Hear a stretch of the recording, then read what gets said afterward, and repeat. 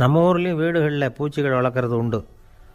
ஒருத்தர் வந்தார், எனக்கு 3000 கரப்பாம்பூச்சி அவசரமாக தேவைப்படுது, எங்கே கிடைக்கும்னு கேட்டார். கரப்பாம்பூச்சியா, அது என்னத்துக்குன்னு கேட்டோம். அது வேறு ஒன்றும் இல்லை, நான் குடியிருக்கிற வாடகை வீட்டை காலி பண்ண போகிறேன்.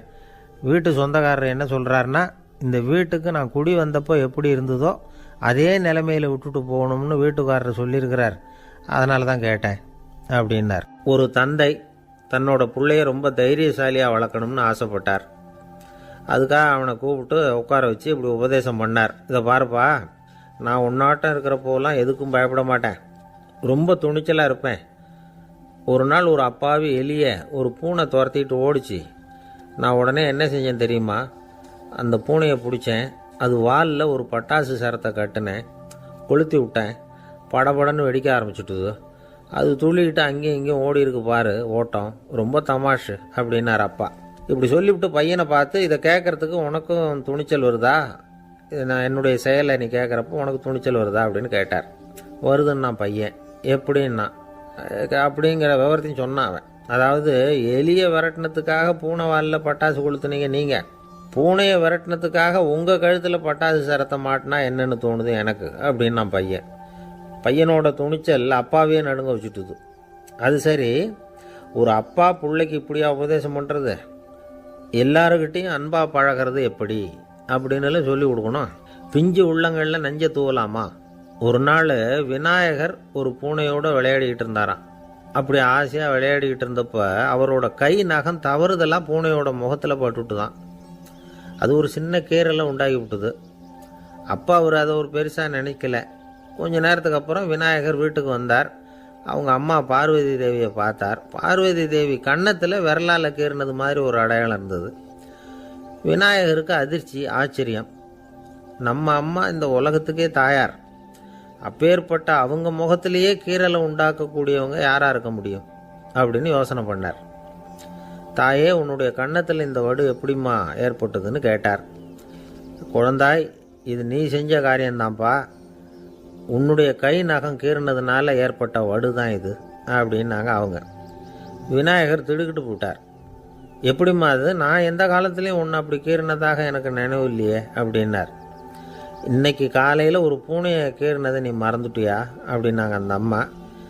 விநாயகர் திகைச்சு போய் நின்னார். பார்வதி தேவி சொன்னாங்க, இதை பார்ப்பா, இந்த உலகத்தில் இருக்கக்கூடிய எல்லா உயிர்கள்லேயும் நான் இருக்கிறேன், நான் தான் இந்த உலகமாக ஆகியிருக்கிறேன்.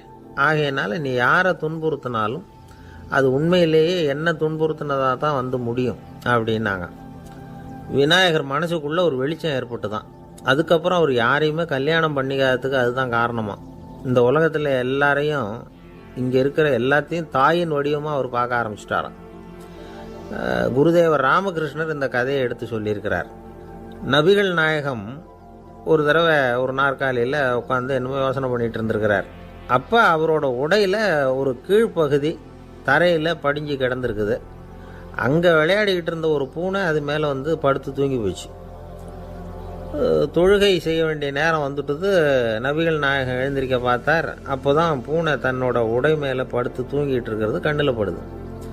பூனையோட தூக்கத்தை கலைக்க விரும்பல அவர். தன்னுடைய சகோதரியை கூப்பிட்டார், ஒரு கத்திரிக்கோள் எடுத்துகிட்டு வர சொன்னார். பூனை படுத்திருந்த உடைப்பகுதி மட்டும் இருக்குல்ல, அதை மட்டும் அதோட கத்திரிச்சு விட்டுட்டு அதுக்கப்புறம் அவர் எழுந்திரிச்சு தொழுகைக்கு போனாராம். அதாவது பிற உயிர்கள்கிட்ட எப்படி அன்பு காட்டணுங்கிறத பெரியவங்க எவ்வளவோ விதத்தில் நமக்கு எடுத்து காட்டியிருக்கிறாங்க. இருந்தாலும் எத்தனை பேர் மனசில் அதெல்லாம் உரைச்சிருக்குது? நாமளும் நம்ம ட்ரெஸ்ஸு மேலே ஒரு பூனை படுத்திருந்தா ஒரு கத்திரிக்கோலை தான் தேடுவோம், எடுத்துகிட்டு வர சொல்லுவோம். துணியை வெட்டுறதுக்கு பதிலாக இல்லை அதோட வாழை வெட்டினா என்ன அப்படின்னு தோணும். ஒரு ஆள் ரொம்ப பிரியமாக ஒரு பூனையை ஆற்றுல குளிப்பாட்டிக்கிட்டு இருந்தானா. எப்படி? அந்த பூனையை ஆற்று தண்ணியில் அமுக்கி அமுக்கி குளிப்பாட்டிக்கிட்டு இருக்கிறான். அந்த வழியாக போன பெரியவர் ஒருத்தர் இதை பார்த்தார். இதை பார்ப்பா, பூனையை அது மாதிரி ஆற்று தண்ணியில் அமுக்கி குளிப்பாட்டாத, மூச்சு திணறி செத்து போடும் அப்படின்னு அட்வைஸ் பண்ணார். நீ போய் அவன் வேலையை பார்த்துக்கிட்டு, எனக்கு எல்லாம் தெரியும்னா இவன். சரின்னு அவர் போயிட்டார். கொஞ்ச நேரம் கழித்து அவரே அந்த வழியாக திரும்பி வந்துக்கிட்டு இருந்தார். ஆற்றுல பூனையை குளிப்பாட்டிக்கிட்டு இருந்தவன் அழுதுகிட்டு உட்காந்துருக்கிறான். பக்கத்தில் அந்த பூனை செத்து கிடக்குது. இதை பார்த்தார் பெரியவர். நான் தான் அப்போவே சொன்னேனே அந்த பூனையை ஆற்றுல நினைக்காதேன்னு, அதை கேட்டிருந்தா அப்படி ஆயிருக்குமா அப்படின்னார். அந்த ஆள் கோபமாக இவரை முறைச்சி பார்த்தான். அட போய்யா, இந்த பூனை ஆற்றுல குளித்ததுனால ஒன்றும் செத்து போகல, குளித்ததுக்கு அப்புறம் அதோட உடம்பு ஈரமாக இருக்குதுன்னு அதை புழிஞ்சேன், அதனால தான் இப்படி ஆயிட்டுது அப்படின்னு நானாம். உலகத்தில் எது எதுக்கும் ஆராய்ச்சி கூடங்கள் இருக்குதுல்ல, அது மாதிரி தூக்கத்தை பற்றி ஆராய்ச்சி பண்ணுறதுக்கு ஒரு ஆராய்ச்சி கூடம் இருக்குது. அப்படி ஆராய்ச்சி பண்ணணும்னா அதுக்கு மூழ்கிக்கிட்டு இருக்கணும்ல, அதனால தான் அந்த ஆராய்ச்சி கூடம் இங்கே இல்லை. அமெரிக்காவில் பாஸ்டன் பல்கலைக்கழக மருத்துவமனையில் அது இருக்குது.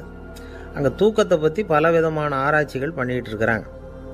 அந்த ஆராய்ச்சி கூடத்தில் இயக்குனராக இருக்கிற ஒரு நிபுணர், அவர் என்ன சொல்கிறார் தெரியுமா? உங்களுக்கு தூக்கம் வரலையா, நீங்கள் நல்லா தூங்கிறதுக்கு தாராளமாக சில யோசனைகளை என்னால் சொல்ல முடியும் அப்படிங்கிறார். யோசனை தானே, காசா பணமாக கேட்டு வச்சுக்கலாமே. உணவு, மனநிலை, தூங்கும் இடத்தோட சூழ்நிலை, படுக்கைக்கு செல்கிறப்போ உள்ள பழக்க வழக்கங்கள், இது காரணமாக ஒருத்தருக்கு தூக்கம் வராமல் போகலாம். தூக்கம் வராததுக்கு இதுதான் காரணம்னா அதையெல்லாம் சுலபமாக கட்டுப்படுத்தலாங்கிறார் அவர். தூக்கத்தை வரவழைக்கக்கூடிய ஒரு நல்ல மருந்து உடற்பயிற்சி. ஆனால் ஒன்று, படுக்க போகிற நேரத்தில் இது மாதிரி உடற்பயிற்சிகள் எல்லாம் செய்யக்கூடாது. கொஞ்சம் முன்னாடி பகல்லையே இந்த பயிற்சிகளை செய்கிறது நல்லது. தூக்கம் வராமல் அவதிப்படுறவங்க பிற்பகல் நேரங்களில் காஃபி, டீ இது மாதிரி பானங்களை சாப்பிடக்கூடாது. மது அருந்துறது கூட தூக்கத்தை பாதிக்கும். வெது வெதுப்பான நீரில் குளிக்கிறது, தியானத்தில் ஈடுபடுறது, ஓய்வாக இருக்கிறது, படுக்கிறது, அதாவது படுக்கிறதுக்கு முன்னாடி ஒரு குவளை பால் சாப்பிட்றது, இதெல்லாம் தூக்கத்தை வரவழைக்கிறது ரொம்ப உதவியாக இருக்கும். இன்னொரு விஷயம் என்னென்னா, தூங்கி ஆகணுமேங்கிற கவலை வேண்டியதில்லை. அப்படி நினச்சி கவலைப்படுறதை விட்டுடணும். தூக்கம் வரலையா, உடனே படுக்கையை விட்டு எழுந்திருக்க வேண்டியது. வெளியில் வாங்க, வேறு ஏதாவது வேலையில் ஈடுபடுங்க, கொஞ்சம் நேரம் உலாவுங்க, அல்லது ஏதாவது ஒரு புஸ்தகத்தை எடுத்து படிங்க. களைப்பு ஏற்பட்டால் மறுபடியும் படுக்கைக்கு போங்க, தூக்கம் தானே வந்துடும். ஒரு விஷயத்தை மட்டும் நல்லா ஞாபகத்தில் வச்சுக்கணும். படுக்கைக்கு போகிறப்போ உங்கள் மற்ற எல்லா பிரச்சனைகளையும் மறந்துடணும். அது எப்படி சார் முடியும், அந்த நேரம் தானே எல்லா பிரச்சனையும் வரிசையாக ஞாபகத்துக்கு வருது அப்படின்னு நாம் நினைக்கலாம். ஆனால் பழக்கத்தில் அதை நாம் மாற்றிக்க முடியும்.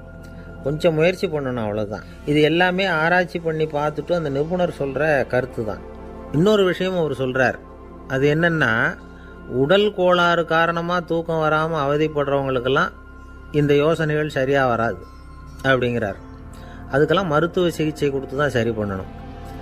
சில பேருக்கு நடு ராத்திரியில் மூச்சு திணறல் ஏற்பட்டு தூக்கம் வராமல் போயிடும். ஊரெல்லாம் தூங்குறப்ப தான் மட்டும் தூங்காமல் மூழ்கிட்டு இருக்கிறது, ஊரெல்லாம் மூழ்கிட்டு இருக்கிறப்போ தான் மட்டும் தூங்குறது, இது மாதிரி கோளாறுகளால் சில பேர் பாதிக்கப்படலாம். காலு தசை முறுக்கிக்கிறதுனால சில பேருக்கு அடிக்கடி விழிப்பு வரலாம். மன அழற்சி காரணமாக சில பேருக்கு தூக்கம் வராது. இது மாதிரி கோளாறுகளுக்கெல்லாம் அதுக்கு தகுந்த மாதிரி சிகிச்சை கொடுத்து தான் சரி பண்ண வேண்டியிருக்கும். எந்த கோளாறும் இல்லாமல் தூக்கம் வரலைன்னா ஆரம்பத்தில் சொன்ன முறைகளை கடைப்பிடிச்சு பார்க்கலாம். தூக்கம் வந்ததுன்னா யோசனை சொன்ன அந்த நிபுணருக்கு நன்றி சொல்லலாம். ஒருத்தர், ஏன் சார் பஸ்ஸில் தூங்குறது கெட்ட பழக்கமானு கேட்டார். இல்லையே, நான் கூட பஸ்ஸில் போகிறப்ப தூங்கிட்டு தானே போவேன் அப்படின்னார் இன்னொருத்தர். அப்புறம் ஏன் என்ன டிரைவர் வேலை வேணாம்னு வீட்டுக்கு அனுப்பி வச்சுட்டாங்க அப்படின்னாராம் அவர். ஒருத்தரை பார்த்து உன்னுடைய நண்பர்கள் யார் அப்படின்னு ஒரு கேள்வி கேட்டு பாருங்க. கொஞ்சம் யோசித்து பதில் சொல்லுவாங்க. அவங்கக்கிட்டேயே உன்னுடைய எதிரிகள் யார் அப்படின்னு கேளுங்க, கடகடன்னு ஒப்பிச்சிருவாங்க. நம்ம மனசு இருக்க, அது எப்படின்னா, நம்ம நண்பர்களை விட எதிரிகளை அது நல்லா ஞாபகத்தில் வச்சுக்கும். இது ஒரு ஆச்சரியமான உண்மை. உங்களால் நண்பர்களை மறந்துட முடியும், ஆனால் எதிரிகளை மறந்துட முடியாது. இது ஒரு வேடிக்கையான நிலைமை தான். அழகான தருணங்களை நாம் ஏன் மறந்துடுறோம்? இது இயற்கை. ஏன்னா நம்ம மனசு மலர்களை கவனிக்கிறதில்ல, அதில் இருக்கிற முள்ளை தான் கவனிக்குது. தன்னை காயப்படுத்துகிற எதையும் அது உடனே கண்டுகொள்ளுது. ஒரு தெளிந்த சிந்தனை உடைய மனசு மிக அழகாக உள்ள எல்லாத்தையும் கவனிக்கும். அது நன்றியுடன் உணரக்கூடிய எல்லாத்தையும் பார்த்து குறிச்சிக்கும். இப்படிப்பட்டவங்க வாழ்க்கை இயல்பாகவே நல்லா அமையும். அது ரொம்ப அபூர்வம். மனசில் உள்ள ஒரு சிறிய அமைப்பை மாற்றுவதை பொறுத்து தான் இந்த விஷயம் அப்படிங்கிறார் ஓஷோ. ஒரு யூத கோவில் இருந்து தான், அது யூதர்களின் மடமாகவும் இருந்தது. அங்கே ஒரு தலைமை குரு, அவர் ரொம்ப கண்டிப்பானவர். அந்த கோவிலை ஒட்டி ஒரு தோட்டம். ஒரு நாள் காலையில் அந்த தோட்டத்தில் 2 இளம் யூதர்கள் நடந்து போய்கிட்டு இருக்கிறாங்க. காலையில் 1 மணி நேரம், மாலையில் 1 மணி நேரம் அவங்க அந்த தோட்டத்தில் நடக்கிறதுக்கு அனுமதி உண்டு. மற்ற நேரங்களில் அவங்க மத புத்தகங்களை படிக்கணும், பிற விதிமுறைகளை கடைபிடிக்கணும். அந்த 2 பேருமே தொடர்ந்து புகைப்பிடிக்கிற பழக்கம் உள்ளவங்க. ஆனால் கோவில் மடத்தில் இருக்கிறப்போ அவங்க புகைப்பிடிக்க முடியாது, அது கடுமையான குற்றம். சரி, நாம் தோட்டத்தில் இருக்கிறப்போவாவது புகைப்பிடிக்கலாமா அப்படின்னு ஒரு ஆசை அவங்க 2 பேருக்குமே. இருந்தாலும் பயம். இப்படி கேட்டால் மதகுரு என்ன சொல்லுவாரோ அல்லது என்ன செய்வாரோங்கிற பயம். இப்படியே கொஞ்ச நாள் ஆச்சு. ஒரு நாள் இந்த 2 பேரில் ஒருத்தன் ரொம்ப கலங்கி போய் அந்த கோவிலிருந்து வெளியில் வந்துக்கிட்டு இருந்தான். வந்தவன் நேராக தோட்டத்து பக்கம் போனான். அங்கே இன்னொருத்தன் ஆனந்தமாக புகை பிடிச்சிக்கிட்டு இருக்கிறான். அதை பார்த்து தான் இவனுக்கு அதிர்ச்சி. அட கடவுளே, என்ன இது, நீ கேட்காமலே ஆரம்பிச்சிட்டியா அப்படின்னா. இல்லை நான் கேட்டுவிட்டு தான் ஆரம்பிச்சிருக்கேன்னா அவன். அப்படியா, என்ன மனுஷன் இவர், நானும் தான் கேட்டேன், என்னை கண்ணாமுன்னான்னு திட்டிவிட்டார். இது என்ன கோவிலா இல்லை நரகமா? உனக்கு புகை பிடிக்கணும்னு ஆசையாக இருந்தால் நரகத்துக்கு போகணும்னு சொல்லிவிட்டார். அது சரி, உன்னை மட்டும் எப்படி அனுமதிச்சார் அப்படின்னு கேட்டான் இவன். அவன் சிரிச்சுக்கிட்டே, நீ எப்படி கேட்ட சொல்லு அப்படின்னா. நாம் இந்த தோட்டத்துக்கு வர அனுமதிக்கப்பட்டிருக்கிறதே ஜபத்துக்காகத்தானே, அதனால் நான் ஜபம் சொல்லும் பொழுது புகை பிடிக்கலாமா அப்படின்னு கேட்டேன். அதுக்கு தான் அவர் சத்தம் போட்டு என்னை அடிக்கவே வந்துட்டார் அப்படின்னா இவன். நீ ஒரு மாதிரியாக கேட்டிருக்க, நான் வேறு மாதிரியாக கேட்டிருக்கிறேன். ஜெபம் சொல்லும்போது புகை பிடிக்கலாமான்னு நீ கேட்டிருக்க. ஐயா, புகை பிடிக்கும் பொழுது ஜெபிக்கலாமா அப்படின்னு நான் கேட்டேன். அதில் தப்பு ஒன்றும் இல்லை அப்படின்னு பதில் சொல்லிட்டார் அப்படின்னா. ஒரு சிறிய மாற்றம்தான் அது மிகப்பெரிய மாறுதலை ஏற்படுத்தி விட்டது. மனசு நல்ல விதமாக சிந்திக்க ஆரம்பிச்சுட்டுதுன்னா மகிழ்ச்சிக்கு பஞ்சம் இல்லை. ஒரு கஞ்சன் ஆற்றுல விழுந்துட்டான். வெள்ளத்தில் தத்தளிச்சுக்கிட்டு இருக்கிறான். கரையில் நின்ன ஒருத்தர், உன் கையை கொண்டா இப்படி பிடிச்சி இழுத்து கரையில் சேர்த்து விடுறேன்னார். எதையும் கொடுத்து பழக்கம் இல்லாத அவன் கையையும் கொடுக்க மாட்டேன்னுட்டான். இவர் பார்த்தார்.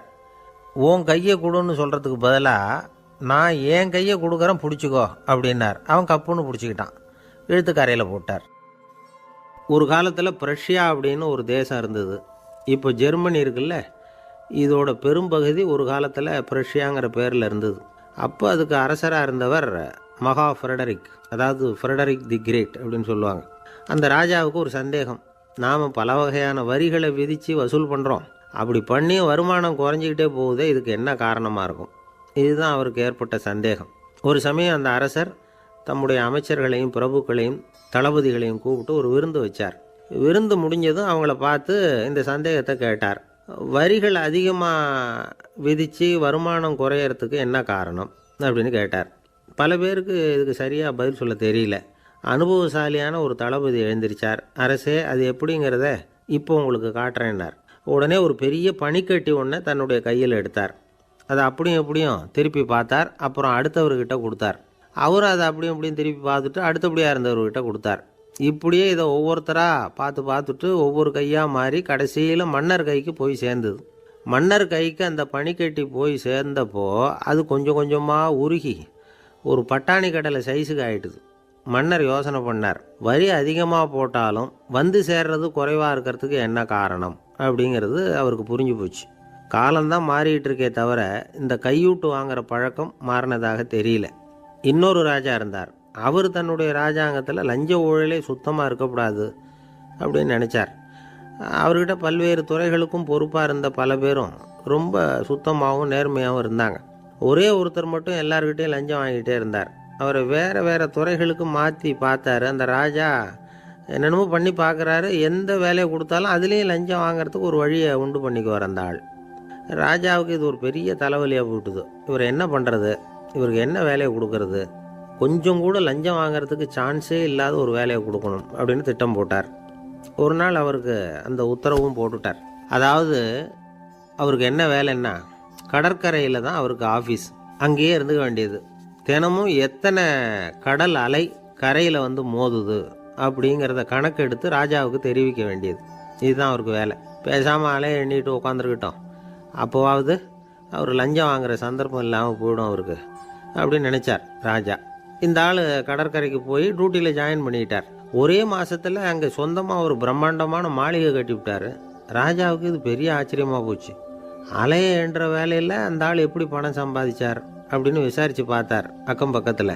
அந்த ஆள் என்ன பண்ணியிருக்கிறாருன்னா, கடற்கரையில் போய் பொறுப்பை ஏற்றுக்கிட்ட உடனே அங்கே இருந்த மீனவர்கள்கிட்ட எல்லாம் இந்த கரையில் வந்து ஒரு நாளில் வந்து மோதுற அலைகள் எத்தனை அப்படின்னு கேட்டிருக்காரு. அது எப்படிங்க தெரியும்னு இருக்காங்க அவங்க. தினமும் அந்த எண்ணிக்கை தெரியணும். நம்ம ராஜாவுக்கு தினமும் அறிக்கை அனுப்பணும், டெய்லி ரிப்போர்ட்டு. தவறுனா நீங்கள் இந்த கடலில் போய் மீன் பிடிக்கிறதுக்கு ராஜாவோட அனுமதி கிடைக்காது அப்படின்ட்டுருக்காரு. உடனே மீனவர்கள்லாம் பயந்து போட்டாங்க. கடலுக்கு போகிறதுக்கு அனுமதி இல்லைன்னா பட்டினி கிடக்கிறது மாதிரி ஆகிடுமே. மெதுவாக அந்த ஆளுகிட்ட போனாங்க, காதோட காதாக சொன்னாங்க, ஐயா எங்களால் வந்து கடல் அலையை வந்து எண்ண முடியாது. தினமும் எங்களால் முடிஞ்சதை உங்களுக்கு பணமாக கொடுத்துட்றோம். நீங்கள் தான் ராஜா கிட்ட சிபாரிசு பண்ணி நாங்கள் தொடர்ந்து மீன் பிடிக்கிறதுக்கு அனுமதி வாங்கி கொடுக்கணும் அப்படின்னு வேண்டிக்கிட்டாங்க. பணம் தினமும் வந்து சேர ஆரம்பிச்சுட்டுது. பதவியில் மற்ற பதவியோட இந்த பதவி எவ்வளவோ மேல் அப்படின்னு நினச்சிட்டான் அந்த ஆள். அது மட்டும் இல்லை, தயவு பண்ணி என்னை இந்த இடத்த விட்டு மாற்றி விடாதீங்க சார் அப்படின்னு வேற கேட்க ஆரம்பிச்சிட்டானா. எனக்கு இது மட்டும்தான் சார் தெரியும், இதை தவிர வேறு எதுவும் தெரியாது அப்படின்னு சொல்லிக்கிட்டே காலம் தள்ளுறவங்க ரொம்ப பேர். அவங்கெல்லாம் கஷ்டப்பட வேண்டியிருக்கும். ஒருத்தர் தன்னுடைய தொழிலில் ரொம்ப கெட்டிக்காரராக இருக்கலாம். அதுக்காக எப்பவும் அதே ஞாபகத்தில் இருந்துக்கிட்டு உலகியல் அறிவு இல்லாமல் இருந்துடக்கூடாது, அது ஆபத்து. இதுக்காக நம்ம தாத்தா பாட்டிலாம் ஒரு கதை சொல்லுவாங்களே, கேள்விப்பட்டிருக்கீங்களா? ஒரு சமயம் ஒரு 4 பேர் சேர்ந்து வெளியூருக்கு பிரயாணம் போனாங்களாம். அந்த 4 பேர் எப்படி தெரியுமா? ஒருத்தர் வந்து வேதாந்தி, இன்னொருத்தர் சங்கீத வித்வான், 3வது ஆள் வைத்தியர், 4வது ஆள் ஜோசியர். இவங்க 4 பேரும் நண்பர்கள். அதனால் சேர்ந்து புறப்பட்டாங்க. வழியில் ஒரு ஊரில் தங்கினாங்க. இருட்டி போச்சு. அதனால் இன்றைக்கி ராத்திரி இங்கேயே தங்கி இருந்துட்டு நாளைக்கு புறப்படலாம் அப்படின்னு தீர்மானம் பண்ணாங்க. சாப்பாட்டுக்கு என்ன பண்ணுறது? அங்கேயே கடத்தெருவுக்கு போய் சாமான்லாம் வாங்கியாந்து சமைச்சு சாப்பிட்லாம்னு முடிவு பண்ணாங்க.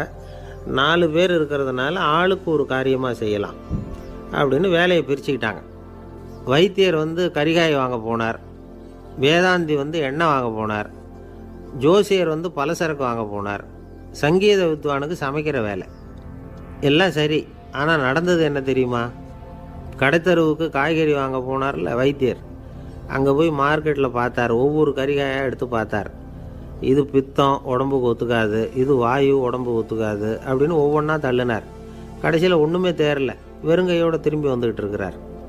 எண்ணெய் வாங்க போனார் வேதாந்தி, அவர் ஒரு தொன்னையில் எண்ணெயை வாங்கினார். பேசாமல் அதை எடுத்துகிட்டு வர வேண்டியது தானே, முடியல. அவருடைய வேதாந்த மூளை சிந்திக்க ஆரம்பிச்சுட்டுது. இந்த தொன்னைக்கு எண்ணெய் ஆதாரமா அல்லது எண்ணெய்க்கு தொன்னை ஆதாரமா அப்படிங்கிற ஆராய்ச்சியில் இறங்கினார். என்னாச்சு தெரியுமா? அப்படி கவுத்து பார்த்தார். வாங்கின எண்ணெய் பூராவையும் வழியில் கொட்டிவிட்டு வெறும் தொன்னையோடு வந்து சேர்ந்தார். பலசரக்கு வாங்க போனார் ஜோசியர், அவர் ஒரு வழியில் பார்த்தாரு. வழியில் வந்தவங்களெல்லாம் அங்கங்கே ஒரு மரத்தடியில் உட்கார வச்சு அவங்களுக்கெல்லாம் ஆர்வம் சொல்ல ஆரம்பிச்சிட்டார். அப்படி ஒவ்வொருத்தராக சொல்லி முடிச்சுட்டு கடத்தருக்கு போய் சேர்ந்தார். இவர் அங்கே போய் சேர்றதுக்குள்ளே ரொம்ப நேரம் ஆகிட்டுது. கடையெல்லாம் பூட்டிவிட்டு போயிட்டாங்க. என்ன செய்கிறது? அவரும் வெறுங்கையோடு திரும்பி வந்து சேர்ந்தார். சரி, இவங்க கதை தான் இப்படி ஆச்சு. அங்கே சமைக்கிறதுக்காக உட்காந்துருந்தார் சங்கீத வித்வான், அவர் கதை என்னாச்சு தெரியுமா? அங்கே அவர் அடுப்பை பற்ற வச்சு ஒலையை கொதிக்க வச்சார். அதாவது ஒரு பானையில் தண்ணியை ஊற்றி அடுப்பில் வச்சார். அது கொதிக்க ஆரம்பிச்சிது. தண்ணி கொதிக்கிற சத்தம் இருக்குதுல்ல, அது இவருக்கு தாளம் போடுறது மாதிரி இருந்தது. ஒரே குஷி, பாட ஆரம்பிச்சிட்டார். பாடிக்கிட்டே உற்சாகமாக கையில் இருந்த கரண்டியால் அந்த பானையில் தட்டினார், தாளம் போடுறதா நினச்சிக்கிட்டு. அவ்வளவுதான், பானை பட்டுன்னு உடஞ்சி போச்சு. தலையில் கையை வச்சுக்கிட்டு அவரும் உட்காந்துட்டார். எந்த தொழில் தெரிஞ்சாலும் சரி, அதை புத்திசாலித்தனமாக பயன்படுத்த தெரியலன்னா ஆபத்து தான். அதுக்காக தான் இந்த கதை. ஒரு பஸ்ஸு டிரைவர் ரொம்ப கெட்டிக்காரர். பஸ்ஸை ரொம்ப திறமையாக ஆபத்து இல்லாமல் ஓட்டினதுக்காக பரிசுலாம் வாங்கினவர். அவரே ஒரு படகு ஓட்டுறதுக்காக அழைச்சிட்டு போயிருக்கிறாங்க, மோட்டார் படகு. அதையும் ரொம்ப திறமையாக தான் ஓட்டிகிட்டு போயிருக்கிறாரு. நடுக்கடலில் போனதும் படகு நின்று போச்சு. மோட்டாரில் ஏதோ கோளாறு. என்ன செய்யலாம் அப்படின்னு அந்த டிரைவரை கேட்டிருக்கிறாங்க படகுல இருந்தவங்கெல்லாம். அப்போ அவர் சொன்னாராம், கவலைப்படாதீங்க, ஒன்றும் பிரச்சனை இல்லை, எல்லோரும் கொஞ்சம் கீழே இறங்கி பின்னாடி தள்ளுங்க, மோட்டார் ஸ்டார்ட் ஆகிடும் அப்படின்னாராம். ஒரு ஊரில் ஒரு இளைஞன் இருந்தான். ஒரு நாள் அவன் ஒரு குருவை தேடிக்கிட்டு புறப்பட்டான். ஊரை விட்டு வெளியில் போனான். போகிற வழியில் ஒரு காடு. அந்த காட்டில் ஒரு மரத்தடியில் ஒரு பெரியவர் உட்காந்துருக்கிறார். அமைதியாக மௌனமாக அவர் அமர்ந்திருக்கிறார். இந்த பெரியவரை விசாரிக்கலாம், குருவை தேடி கண்டுபிடிக்கிறதுக்கு இவர் ஏதாவது ஒரு வழி சொல்லி கொடுப்பார் அப்படின்னு நினச்சிக்கிட்டு அவரை நெருங்கினான். ஐயா, எனக்கு ஒரு குரு தேவை, எங்கே கிடைப்பார்? அவரை எப்படி அடையாளம் கண்டுபிடிக்கிறது? அதை பற்றி ஏதாவது விவரம் சொன்னீங்கன்னா நான் கண்டுபிடிச்சிக்குவேன் அப்படின்ட்டுருக்கான். பெரியவர் நிமிர்ந்து பார்த்தார். தம்பி, அது ரொம்ப சுலபம். அவர் வயசானவராக இருப்பார், என்னை விட சுமார் 30 வயசு அதிகமாக இருக்கும். அவர் ஒரு மரத்தடியில் தான் உட்காந்துருப்பார் அப்படின்ட்டுருக்கான். சரிங்க பெரியவரே, அது என்ன மாதிரியான மரம், எப்படி இருக்கும் அப்படின்னு கேட்டிருக்கான். பெரியவர் அந்த விவரங்களையும் சொல்லியிருக்கிறாரு. அது மட்டும் இல்லை, சந்திக்கிற நாள், நேரம், வினாடி முதற்கொண்டு எல்லா விவரங்களையும் துல்லியமாக சொன்னாராம். இவ்வளவு விவரங்களை இவரால் எப்படி சொல்ல முடியுது அப்படின்னு இவனுக்கு ஆச்சரியம். இருந்தாலும் அந்த பெரியவர் கடைசியாக ஒரு விவரம் சொன்னார். அது என்ன தெரியுமா, எப்படியும் நீ அவரை சந்திக்கிறதுக்கு ஒரு 30 வருஷம் ஆகும் அப்படின்னு சொல்லிவிட்டாராம். ரொம்ப நன்றிங்க பெரியவரே அப்படின்னு சொல்லிவிட்டு அந்த இளைஞன் புறப்பட்டுருக்கான். இப்போ அவனுக்கு குரு பற்றின விவரம் எல்லாம் கிடச்சிட்டுது, சந்திக்கிற நேரமும் தெரிஞ்சுட்டுது. ஆனால் 30 வருஷம் அவரை தேடி அலைய வேண்டியிருக்குமே. அவன் தேட ஆரம்பித்தான். காடு மலை எல்லாம் சுற்றி அலைஞ்சான். பல வருஷங்கள் தேடினான், அழுத்து போயிட்டான். கடைசியில் அவனுக்கும் வயசாகிட்டுது. கடைசியில் தன்னுடைய சொந்த ஊருக்கே திரும்பி போய்கிட்டு இருந்தான். அங்கே ஒரு மரத்தடியில் அவன் தேடிக்கிட்டு இருந்த குருநாதர் கிடைச்சார். யார் அவருன்னா, 30 வருஷத்துக்கு முன்னாடி வழி சொல்லி கொடுத்தாருல அதே பெரியவர். அவருக்கு இப்போ 30 வயசு அதிகமாக இருந்தது. அதே மரம். அன்னைக்கு பெரியவர் சொன்ன அடையாளம் இப்போ பொருத்தமாக இருந்தது. இப்போ அந்த பெரியவர் சொன்னார், சரியாக வந்து சேர்ந்துட்டேன், வா, உனக்காக தான் நான் இவ்வளவு காலமும் காத்துக்கிட்டு இருந்தேன் அப்படின்னாராம். என்ன சொல்கிறீங்கன்றிருக்கான். 30 வருஷத்துக்கு முன்னாடி என்கிட்ட வந்தியே, அப்போவே என் காலம் வந்து முடிஞ்சு போயிருந்தது. அப்போவே என்ன உனக்கு அடையாளம் தெரியல, அதனால் இவ்வளவு காலம் உனக்காக காத்துட்டு இருக்கும்படி ஆகிட்டுது அப்படின்னாராம். ஐயா, அப்போவே நீங்கள் சொல்லியிருக்கலாமே, இதுதான் 30 வருஷம் கழித்து நீ சந்திக்க போகிற இடம், நான் தான் உன்னுடைய குரு அப்படின்னு சொல்லியிருக்கலாமே அப்படின்ட்டுருக்கான். அந்த பெரியவர் சிரிச்சுக்கிட்டே இதுக்கு பதில் சொன்னாராம். நான் எவ்வளவோ விவரமாக தான் சொன்னேன், நீ சரியாக புரிஞ்சிக்கல. காரணம், அப்போ நீ போதுமான அளவுக்கு பக்குவம் பெற்றிருக்கவில்லை. அதனால் புரியும் சக்தி இல்லாமல் போயிட்டுதப்போ 30 ஆண்டு காலம் நீ அலைஞ்சி தெரிஞ்சிருக்கிற.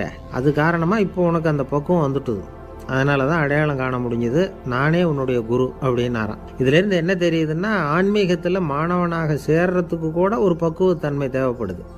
ஒரு பெரிய ஞானி, அவர்கிட்ட ஒரு சீடனாக இருக்க ஒருத்தன் வந்தான், எதிரில் நின்னான்.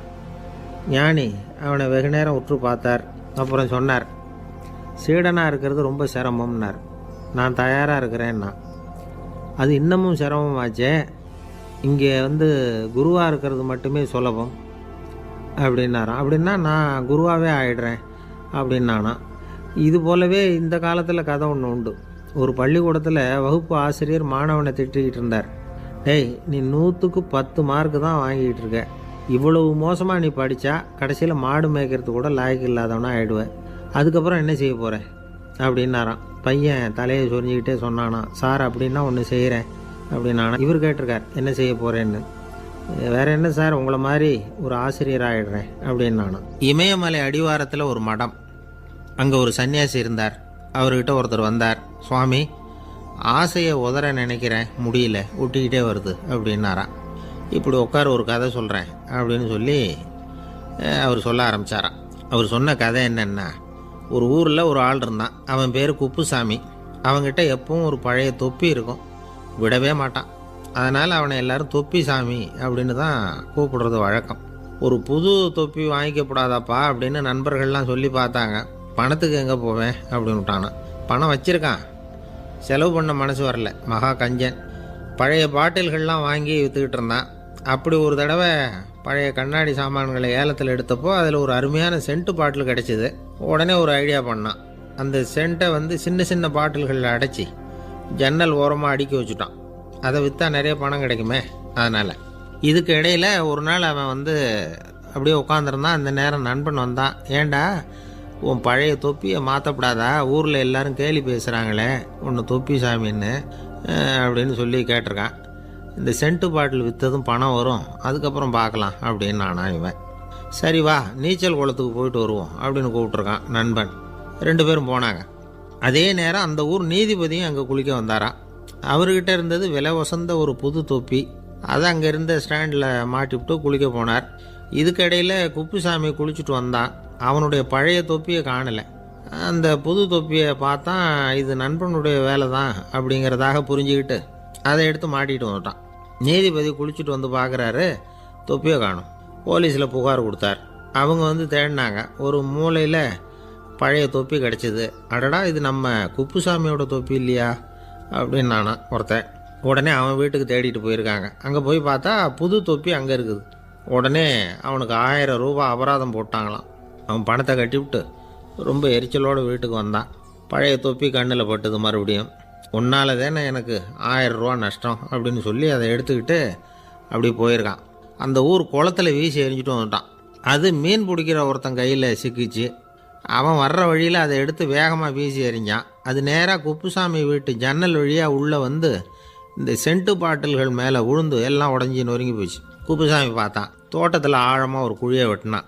அந்த தொப்பியை போட்டான், மூடிவிட்டான். இதை அடுத்த வீட்டுக்காரன் பார்த்தான். ஏதோ புதையல் தான் வச்சுருக்கான் போல இருக்குன்னு நினச்சான். போலீஸில் போய் புகார் கொடுத்துட்டான். மறுபடியும் போலீஸ் குழியை தோண்டினாங்க. பழைய தொப்பி மறுபடியும் வெளியில் வந்தது. எல்லோரும் சிரிக்கிறாங்க. அன்னைக்கு ராத்திரியே அந்த தொப்பியை எடுத்துக்கிட்டு நேராக புறப்பட்டான். ஒரு கல்லில் அதை சேர்த்து கட்டி குடிநீர் தொட்டி இருக்கும்ல, அதில் போட்டுட்டு வந்துட்டான். இனிமேல் என்ன பண்ணும் பார்ப்போன்னு. ஒரு நாள் திடீர்னு குழாயெல்லாம் அடைப்பட்டு போச்சு. மாநகராட்சி அலுவலர்கள் வந்து என்னன்னு பார்த்தா அந்த பழைய தொப்பி குழாயை அடைச்சிக்கிட்டு இருக்குது. இது குப்புசாமியோட தொப்பிங்கிறது தான் எல்லாருக்கும் தெரியுமே. உடனே குடிநீரை வந்து பாழாக்கணத்துக்காக குப்புசாமிக்கு கோர்ட்டு 2500 ரூபா அபராதம் போட்டுவிட்டுது. அதையும் கட்டிவிட்டு வெளில வந்தான். கடைசியாக முடிவு பண்ணான். ஒரு நெருப்பு குச்சியை கிழிச்சான். தொப்பியை கொளுத்தினான். எரிஞ்சுது. எடுத்து வெளில எரிஞ்சான். கொஞ்ச நேரத்தில் தீ அணைப்பு படம் வந்துட்டுது. ஆமாம், இவன் எடுத்து எரிஞ்சது வெளியில் விழுந்து வீட்டு கூரையே பற்றிக்கிட்டு எரிய ஆரம்பிச்சுட்டுது. அவனோட பணத்தாசையும் அதோடு சேர்ந்து எரிஞ்சு போச்சான். இப்படி ஒரு கதை. இந்த கதையை சொல்லி முடித்தார் அந்த இமயமலை அடிவாரத்தில் இருந்த சன்னியாசி. இப்போ அந்த குப்புசாமி எங்கே இருக்கிறான்னு கேட்டார் எதிரில் இருந்தவர். இதோ உன் எதிரிலே இருக்கிறான், நான் தான் அந்த குப்புசாமி அப்படின்னாரான் அந்த சன்னியாசி. அந்த குப்புசாமிகிட்ட இருந்தது மாதிரி ஒரு பழைய தொப்பி நம்ம ஒவ்வொருத்தர்கிட்டையும் உண்டு. அதை எப்படி தொலைக்கிறதுன்னு தெரியாமல் தடுமாறிக்கிட்டு இருக்கிறோம். அது என்ன தொப்பிங்கிறீங்களா? அதுதான் நம்மை சூழ்ந்திருக்கிற மாயை அப்படிங்கிறார் சுவாமி சின்மயானந்தர். மெய்ஞானம் கிடைக்கிறப்போ மாயை வந்து எரிஞ்சு போகும் அப்படிங்கிறது அவருடைய கருத்து. நம்மால் ஒருத்தர் வேகமாக ஓடி வந்தார். காலில் மாட்டியிருந்த பழைய செருப்பு ரெண்டையும் ஆவேசமாக தூக்கி ஒரு கிணத்துல போட்டுட்டு வெறுங்காலோடு நடந்து வந்துக்கிட்டு இருக்கிறார். ஏன் அப்படி பண்ணீங்க அப்படின்னு கேட்டோம். அந்த செருப்புக்கு சொந்தக்காரன் வந்து பின்னாடி வந்துக்கிட்டு இருக்கிறான், அதனால் அப்படி பண்ணேன் அப்படிங்கிறார் இவர். காசியில் இருக்கிற கடவுள் காசி விஸ்வநாதர், அங்கே இருக்கிற தேவி காசி விசாலாட்சி. இவங்க 2 பேரும் ஒரு நாள் பேசிக்கிட்டு இருந்தப்போ கடவுள் சொன்னார், இந்த மனிதர்களை நாம் ரொம்பவும் நம்பிக்கையோடு தான் படைச்சிருக்கிறோம். இருந்தாலும் அவங்களுக்கு தான் நம்பிக்கை இல்லை, எதுலேயும் ஒரு உண்மையான நம்பிக்கை இல்லாமல் வாழ்ந்துக்கிட்டு இருக்கிறாங்க அப்படின்னார். என்ன அப்படி சொல்கிறீங்க? அதோ பாருங்கள், எவ்வளவு பேர் காசியை தேடிட்டு வந்து கங்கையில் குளிச்சுக்கிட்டு இருக்கிறாங்க. அவங்களெலாம் நம்பிக்கை இல்லைன்னா இவ்வளவு தூரம் தேடிட்டு வந்து இங்கே குளிப்பாங்களா அப்படின்னு நாங்கள் தேவி. சரி, அதை சோதித்து பார்க்கலாம் அப்படின்னு 2 பேரும் முடிவு பண்ணிக்கிட்டாங்க. உடனே ஒரு திட்டம் போட்டாங்க. அது எப்படின்னா, நாம் 2 பேருமே பக்தர்கள் மாதிரி உருவத்தை மாற்றிக்கிட்டு கங்கை கரைக்கு போக வேண்டியது. நான் வந்து கங்கையில் இறங்கி குளிக்கிறேன். கொஞ்ச நேரத்தில் சுழலில் மாட்டிக்கிட்டது மாதிரி நடிக்கிறேன். நீ உடனே கரையிலிருந்து சத்தம் போடும். என்னோட வீட்டுக்காரரை யாராவது காப்பாற்றுங்களேன்னு சத்தம் போடும். அதோடு இன்னொன்று சொல்லு, யாராவது ஒரு புண்ணிய ஆத்மா அவர்கிட்ட போய் அவருடைய முடியை பிடிச்சி இழுக்கணும். அப்படி ஒரு சாபம் இருக்குது எங்களுக்கு. புண்ணிய ஆத்மா, அதாவது எந்த பாவமும் செய்யாத இல்லாத ஒருத்தர் தான் அவரை காப்பாற்ற முடியும். அப்படிப்பட்டவங்க யாராவது வெள்ளத்தில் குதிச்சு என்னுடைய கணவரை காப்பாற்றுங்கோ அப்படின்னு நீ சத்தம் போடு, கூச்சல் போடு, என்ன நடக்குதுன்னு பார்க்கலாம் அப்படின்னார் கடவுள். சரின்னு சொல்லி 2 பேருமா சாதாரண பக்தர்கள் மாதிரி கங்கை கரைக்கு வந்து சேர்ந்தாங்க. அவர் இறங்கி குளித்தார். திட்டம் போட்டது மாதிரியே சுழலில் மாட்டிக்கிட்டது மாதிரி கத்துனார். கரையில் இருந்த அந்த அம்மா, ஐயோ என் கணவரை காப்பாற்றுங்களேன், யாராவது காப்பாற்றுங்களேன்னு கத்துனாங்க. பல பேர் ஓடி வந்தாங்க. உடனே இவங்க, பாவம் இல்லாத புண்ணிய ஆத்மா ஒருத்தரால் தான் என்னுடைய கணவர் காப்பாற்றப்படணுங்கிறது விதி, அப்படி ஒரு சாபம் இருக்குது, அதனால் புண்ணிய ஆத்மா யாராவது அவர்கிட்ட போய் அவர் முடியை பிடிச்சி தூக்குனா அவரை காப்பாற்றி போடலாம் அப்படின்னாங்க. இவங்க இப்படி சொன்னதும் எல்லாரும் திகைச்சு போய் நின்றுட்டாங்க. ஒவ்வொருத்தருக்கும் அவங்க செஞ்ச பாவம்லாம் ஒவ்வொன்றா ஞாபகத்துக்கு வர ஆரம்பிச்சுட்டுது. சரி, இதுக்கு நாம லாயக்கு இல்லை அப்படின்னு சொல்லி ஒதுங்கி போக ஆரம்பிச்சிட்டாங்க எல்லாம்.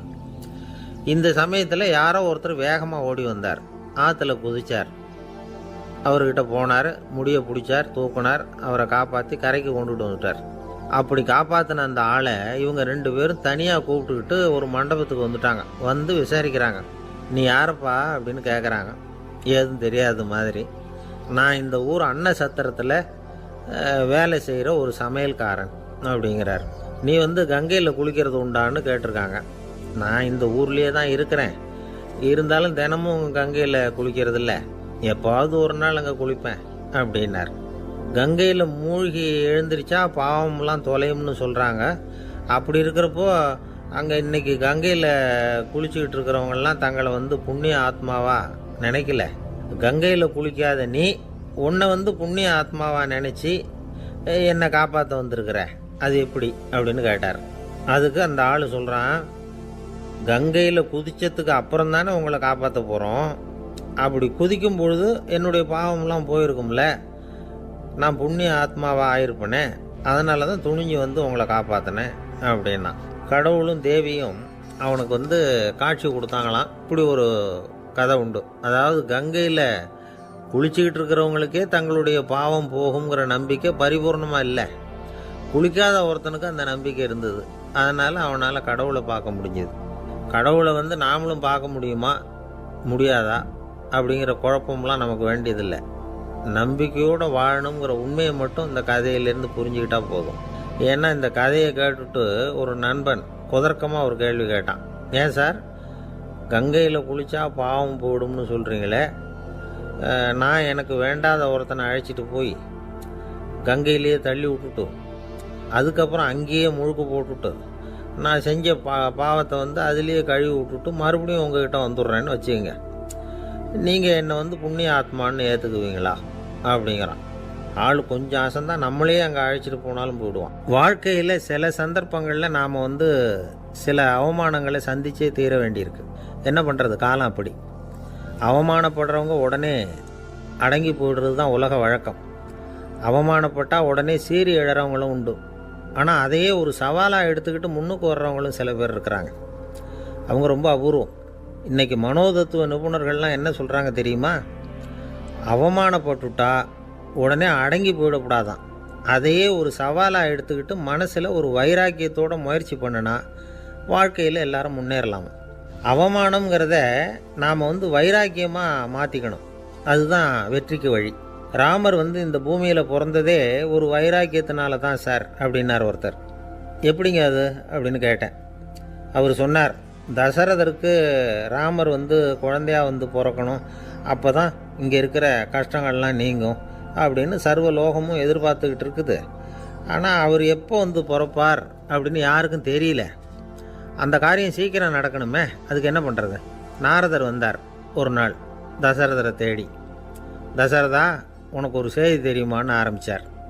அவர் எப்பவும் இப்படித்தானே ஆரம்பிக்கிறது வழக்கம். என்ன விஷயம்னு கேட்டார் தசரதர். தசரதா, நீ அடிக்கடி உன்னோட தேரில் ஏறிக்கிட்டு தேவலோகத்துக்கு போகிற, அங்கே போகிற வர்ற எல்லாம் பண்ணிகிட்ருக்க, எல்லாம் சரி. தேவலோகத்துலேயும் உன்னை நல்லபடியாக தான் வரவேற்கிறாங்க. தேவேந்திரன் உன்னை பிரியமாக அழைச்சிட்டு போய் தன்னுடைய அரியாசனத்திலேயே தனக்கு பக்கத்திலேயே உட்கார வைக்கிறான். நீயும் சந்தோஷமாக உட்காந்து பேசிவிட்டு வந்துடுற. ஆனால் நீ இங்கே வந்ததுக்கு அப்புறம் அங்கே என்ன நடக்குது தெரியுமா உனக்கு அப்படின்னாரான் நாரதர். என்ன நடக்குது எனக்கு ஒன்றும் தெரியலையே அப்படின்னாரான் தசரதர்.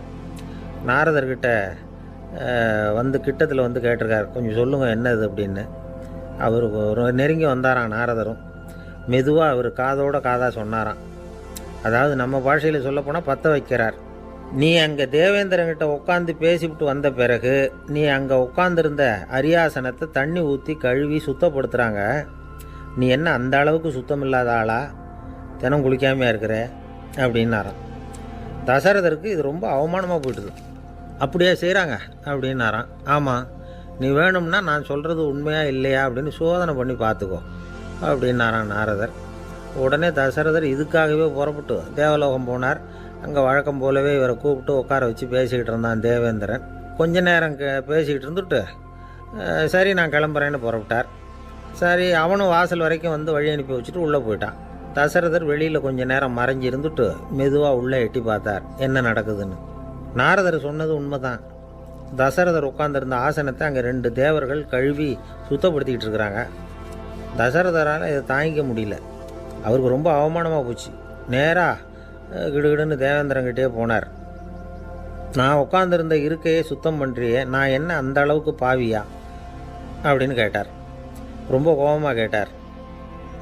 தசரதரே, மனுஷனுக்கு 3 கடன்கள் உண்டு. தேவ கடன், ரிஷி கடன், பித்ரு கடன். இதை தீர்க்காதவன் பாவியாகிறான்.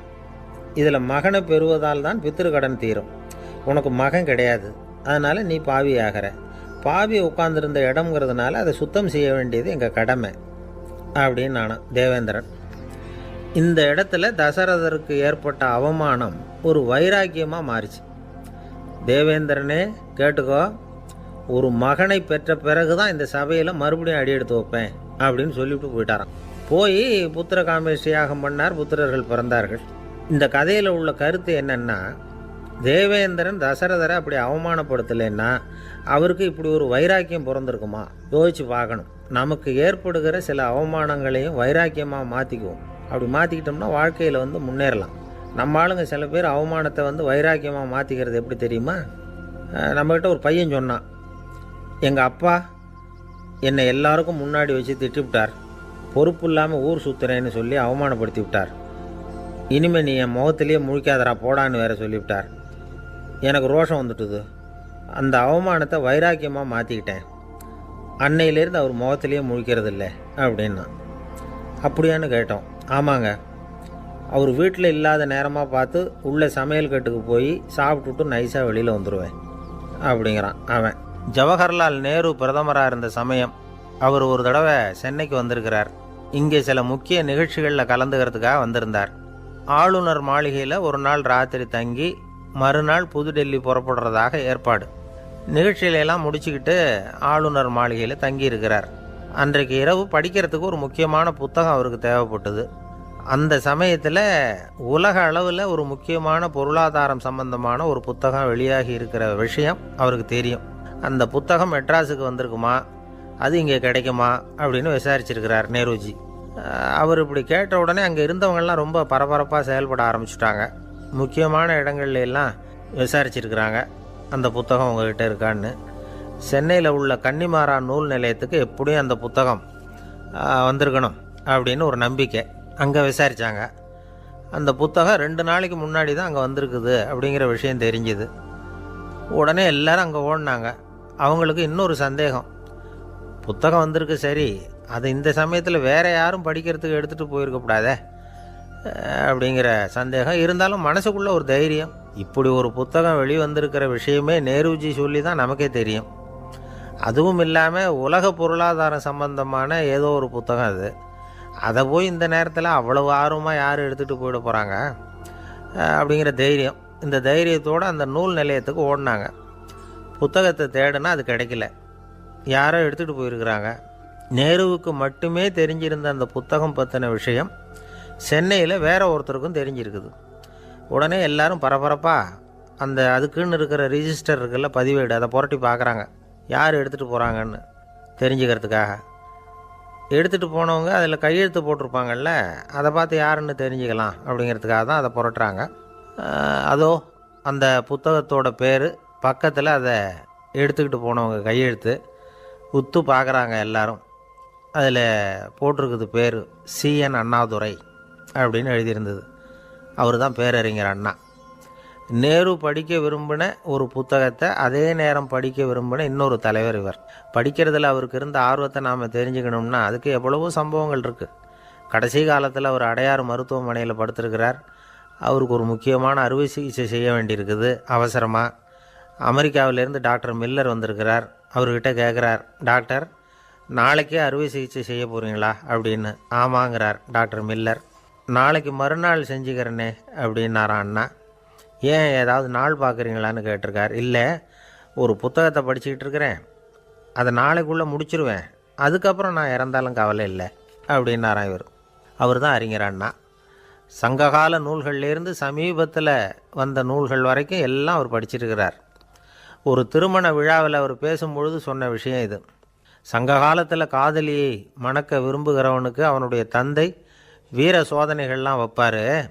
போய் புலிப்பல் கொண்டுக்கிட்டு வா, அப்போ தான் என் பொண்ணை கொடுப்பேன் அப்படின்னு சொல்லுவார். காதலன் உடனே காட்டுக்கு போவான், ஒரு புலியை கொன்று அதனுடைய பல்லை கொண்டுக்கிட்டு வருவான்.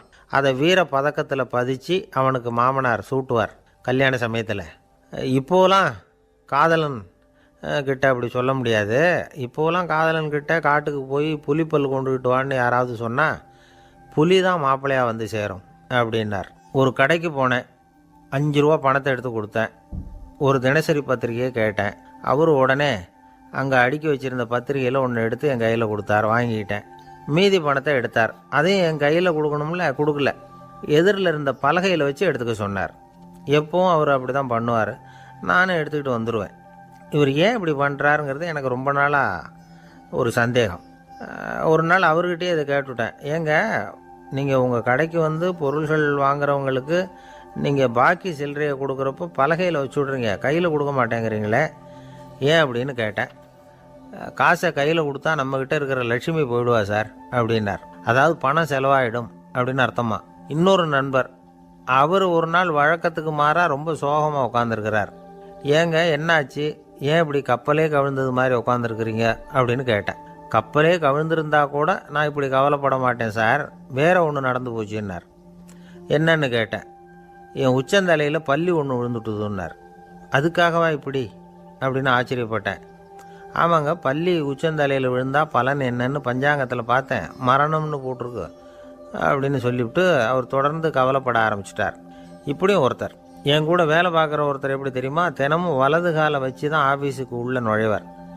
என்னைக்காவது தவறுதலாக இடது காலை வச்சு உள்ளே வந்துட்டார்னா அன்னைக்கு பூரா மனசு சங்கடப்படுவார். எந்த வேலையும் சரியாக ஓடாது. கேரம் போர்டு ஆடுற ஒருத்தர் எப்போ ஆட உட்காந்தாலும் ஸ்ட்ரைக்கரை கை தவறி கீழே விழுற மாதிரி பண்ணி அதுக்கப்புறம் அதை எடுத்துக்கிட்டு ஆட உட்காருவார். ஏன்னா எப்போவோ ஒரு தடவை நிஜமாகவே அது வந்து கை தவறி கீழே விழுந்திருக்குது. அன்னைக்கு பிரமாதமாக ஜெயிச்சுட்டார். உடனே ஒரு முடிவுக்கு வந்துட்டார், கை தவறுனா லாபம் அப்படின்னு. அதுக்கப்புறம் அதையே பழக்கமாக்கிக்கிட்டார். பூனை குறுக்க போனால் சகனம் சரியில்லைன்னு நினைக்கிறவங்க உண்டு. ஆனால் ஒருத்தர் எப்படி தெரியுமா, அவர் வெளியில் கிளம்புற சமயம் பக்கத்து வீட்டு ரேடியோவில் மியாவ் மியாவ் பூனை குட்டின்னு பாட்டு சத்தம் கேட்டால் கூட போதும், சகனம் சரியில்லைன்னு பிரயாணத்தை கேன்சல் பண்ணிவிடுவார். இப்போ இவ்வளவும் எதுக்கு சொல்கிறோம்னா, அளவுக்கு மீறின சகுன நம்பிக்கைகள் இருக்குது பாருங்கள், இதோட பயமும் சேர்ந்துக்கிட்டதுன்னு வச்சுக்கோங்க, இது ஒருத்தருடைய மனநிலையை பாதிச்சிடும். இது வந்து உளவியல் நிபுணர்கள் சொல்கிற கருத்து. வாழ்க்கையே தடுமாற வச்சிரும். பாதுகாப்பு இல்லாத உணர்வு, ஒரு விதமான டிப்ரெஷன் மனநிலை, இதெல்லாம் தான் இதுக்கு காரணமாக அமையலாம். சில பேர் காய்கறி நறுக்க கத்தியை கையில் எடுத்தால் கூட நேரம் சரியாக இருக்கா அப்படின்னு பார்த்துட்டு தான் வேலையை ஆரம்பிக்கிறது வழக்கம். அறிவு தான் மனசுக்கு வாத்தியாராக இருக்கணும். அப்போ தான் வாழ்க்கை வந்து நிம்மதியாக இருக்கும். அறிவு வந்து மனசு சொல்கிறபடியெல்லாம் கேட்க ஆரம்பிச்சுட்டுதுன்னா இடைஞ்சல் தான். ஒருத்தருக்கு 7ஆம் நம்பர் தான் ராசியான நம்பரான். 7ஆம் தேதி தான் எந்த காரியத்தையும் ஆரம்பிப்பாராம். 7 எழுத்து வர்றது மாதிரி பேரை மாற்றி வச்சுக்கிட்டார். 7 மணிக்கு தான் தினமும் எழுந்திருப்பார். 7ஆம் நம்பர் வீட்டில் தான் குடியிருக்கார். கல்யாணம் கூட 7ஆம் தேதி தான் பண்ணிக்கிட்டார். அவர் ஒரு நாள் குதிரை பந்தயத்துக்கு போனாராம். குதிரையோட பேரையெல்லாம் பார்த்தார். ஒரு குதிரையோட பேர் 7 எழுத்தில் அமைஞ்சிருந்தது. 7 தானே இவருக்கு அதிர்ஷ்ட நம்பர். அதனால் உடனே அது பேரில் பணத்தை கட்டினார். பந்தயம் நடந்தது. என்ன சார் ஆச்சுன்னு கேட்டாங்க. நான் பணம் கட்டின அந்த என்னோட குதிரை 7ஆவதாக வந்து சேர்ந்தது சார் அப்படின்னாராம் சோகமாக. ஒரு விவசாயி விதைக்கிறதுக்காக வயல்வெளி பக்கம் போகிறார்.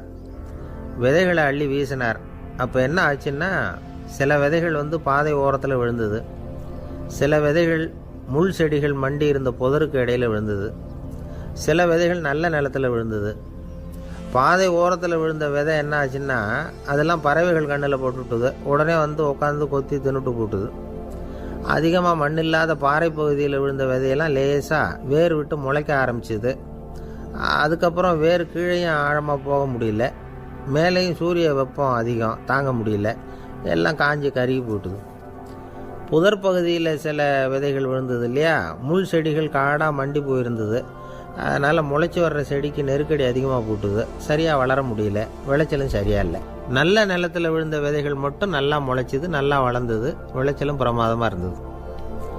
இந்த கதையை சொல்லிவிட்டு கேட்க செவியுள்ளோர் கேட்கட்டும் அப்படிங்கிறார் இயேசு பெருமான். ஆமாம், இயேசு கடலில் நின்ற படகு ஒன்றில் உட்காந்துருக்கிறார். கடற்கரையில் ஏராளமான மக்கள் உட்காந்துருக்கிறாங்க. அந்த சமயத்தில் தான் இயேசு வந்து ஓமைகள் மூலமாக மக்களுக்கு பல உண்மைகளை சொல்லிகிட்டு இருக்கிறார். மக்கள் அந்த கதையை கேட்டுட்டு ஒன்றும் புரியாமல் முழிக்கிறாங்க. அதை கவனித்த இயேசு அந்த ஓமையை விளக்க ஆரம்பித்தார். இதில் அந்த விதைக்கிறவர் தான் இறைவன். அவருடைய வார்த்தைகளை விதைக்கிறார். அந்த வார்த்தைகளை கேட்கிற மக்கள் அந்த விழுந்த விதைகள் மாதிரி 4 வகையானவர்கள். சில பேர் பாதை ஓரத்தில் விழுந்த விதைகள் மாதிரி. இறைவன் வார்த்தைகளை அவங்க கேட்குறாங்க, ஆனால் தீய எண்ணங்கள் செய்கைகள் மூலமாக விதைக்கப்பட்ட வார்த்தைகள் அழிஞ்சு போடுது. இறைவன் வார்த்தைகளை கேட்ட உடனே மகிழ்ந்து போய் உடனே சில பேர் அதை ஏற்றுக்கிறாங்க. இவங்கெல்லாம் அந்த பாறை பகுதியில் விழுந்த விதைகள் மாதிரி. அதனால் இவங்கெல்லாம் வேறு இல்லாதவங்க. கொஞ்ச காலத்துக்கு இறை வார்த்தைகளுக்கு கீழ்ப்படிந்து நடப்பாங்க. அதனால் ஏதாவது இடைஞ்சல் ஏற்பட்டால் உடனே தடுமாறுவாங்க. தங்கள்கிட்ட இருக்கிற நல்ல பண்புகளை விட்டுட்டு பாவ வழிகளுக்கு போயிடுவாங்க. முள் செடிகளுக்கு இடையில் விழுந்த விதைகள் மாதிரி உள்ளவங்க யாருன்னா, இவங்களுக்கு உலக கவலை உண்டு, செல்வத்தின் மீது மயக்கம் உடையவர்கள். உலக ஆசைகள் இவங்களுக்குள்ளே பூந்துடுறதுனால அங்கே இருக்கிற நல்ல பண்புகள் மறைஞ்சு போயிடுது. அதனால் அவங்களும் உபயோகம் இல்லாதவங்களாக ஆயிடுறாங்க. நல்ல மனிதர்கள் நல்ல நிலத்தில் விழுந்த விதைகளுக்கு ஒப்பானவர்கள். இவங்க இறை வார்த்தையை கேட்குறாங்க, அதை ஏற்றுக்கிறாங்க, அவங்களும் நல்லபடியாக வாழுறாங்க, அடுத்தவங்களுக்கும் உபயோகமாக இருப்பாங்க. இதுதான் இயேசு சொன்ன விளக்கம். நல்ல வார்த்தைகளை கேளுங்கள், நல்ல வார்த்தைகளை ஏற்றுக்கொள்ளுங்கள், அடுத்தவங்களுக்கு உபயோகமாக இருங்க. இதுதான் பெரியவங்கள்லாம் நமக்கு சொல்லுகிற உபதேசம். ஒரு அப்பா தன்னுடைய மகனுக்கு உபதேசம் பண்ணார். இதை பாருப்பா, நல்ல வார்த்தைகளை கேட்கணும், எப்போதுமே மகன் அப்பா பேச்சை கேட்கறது நல்லது அப்படின்னாராம். நீ ஏதாவது ஒரு தப்பு பண்ணால் என் தலையில் ஒரு முடி நரைச்சி வெள்ளையாக போடும்பா, நீ செய்கிற ஒவ்வொரு தப்புக்கும் என் தலையில் ஒவ்வொரு முடி வெள்ளையாயிடும் அப்படின்னாராம்.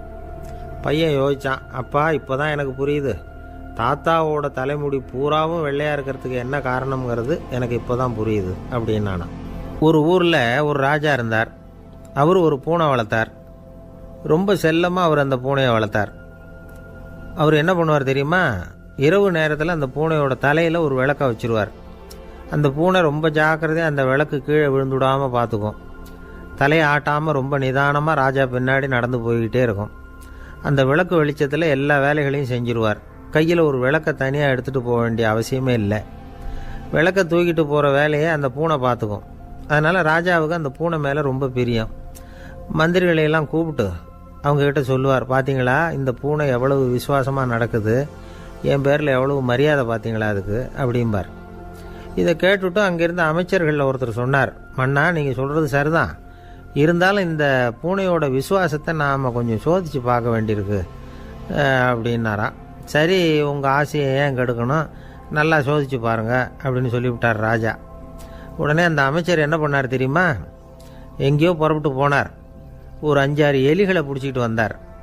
அரண்மனையில் ராஜா ஏதோ வேலை பார்த்துக்கிட்டு இருக்கிறாரு. பக்கத்தில் அந்த பூனை ரொம்ப பணிவாக நின்றுக்கிட்டு இருக்குது. அது தலையில் விளக்கு எரிஞ்சிக்கிட்டு இருக்கு. அமைச்சர் தான் பிடிச்சிக்கிட்டு வந்த எலிகளை அந்த பூனை பார்வையில் படுறது மாதிரி எதிரில் விட்டார். அந்த எலிகள்லாம் அங்கேயும் இங்கேயும் ஓட ஆரம்பிச்சிது. அதை பார்த்தது பூனை, அவ்வளவுதான். தலையில் இருக்கிற விளக்கை பற்றியும் கவலைப்படலை, ராஜாவை பற்றியும் கவலைப்படல. ஒரே பாய்ச்சலாக பாஞ்சு எலிகளை துரத்த ஆரம்பிச்சுட்டுது. தலையில் இருந்த விளக்கு எங்கேயோ போய் விழுந்தது, அணைஞ்சு போச்சு. இருட்டில் ராஜா தடுமாற ஆரம்பிச்சுட்டார். இந்த சமயத்தில் அந்த அமைச்சர் மறுபடியும் விளக்கை ஏற்றினார். வெளிச்சம் வந்தது. அதுக்கப்புறம் அந்த அமைச்சர் பேசினார், அரசே, பூனையோட விசுவாசத்தை பார்த்தீங்களா? எலி அது கண்ணில் படுற வரைக்கும் தான் விசுவாசமாக இருந்தது. அது மாதிரி எலியை பார்த்ததும் எல்லாத்தையும் விட்டுட்டு அதை துரத்த ஆரம்பிச்சுட்டு பார்த்தீங்களா? தான் அந்த பூனையை பற்றி நினச்சது தப்புங்கிறது அதுக்கப்புறம் தான் அந்த ராஜாவுக்கு புரிஞ்சுதான். சரி, இப்போ எதுக்கு இந்த கதையெல்லாம் அப்படிங்கிறீங்களா? இந்த பூனை மாதிரி தான் நம்ம மனசும். மனசை எவ்வளவு தான் பயிற்சி கொடுத்து பக்குவமாக வச்சுருந்தாலும் பார்க்குறதுக்கு பரமசாது மாதிரி தான் இருக்கும். பார்க்க வேண்டியதை பார்த்துட்டுதுன்னா பாஞ்சிரும்.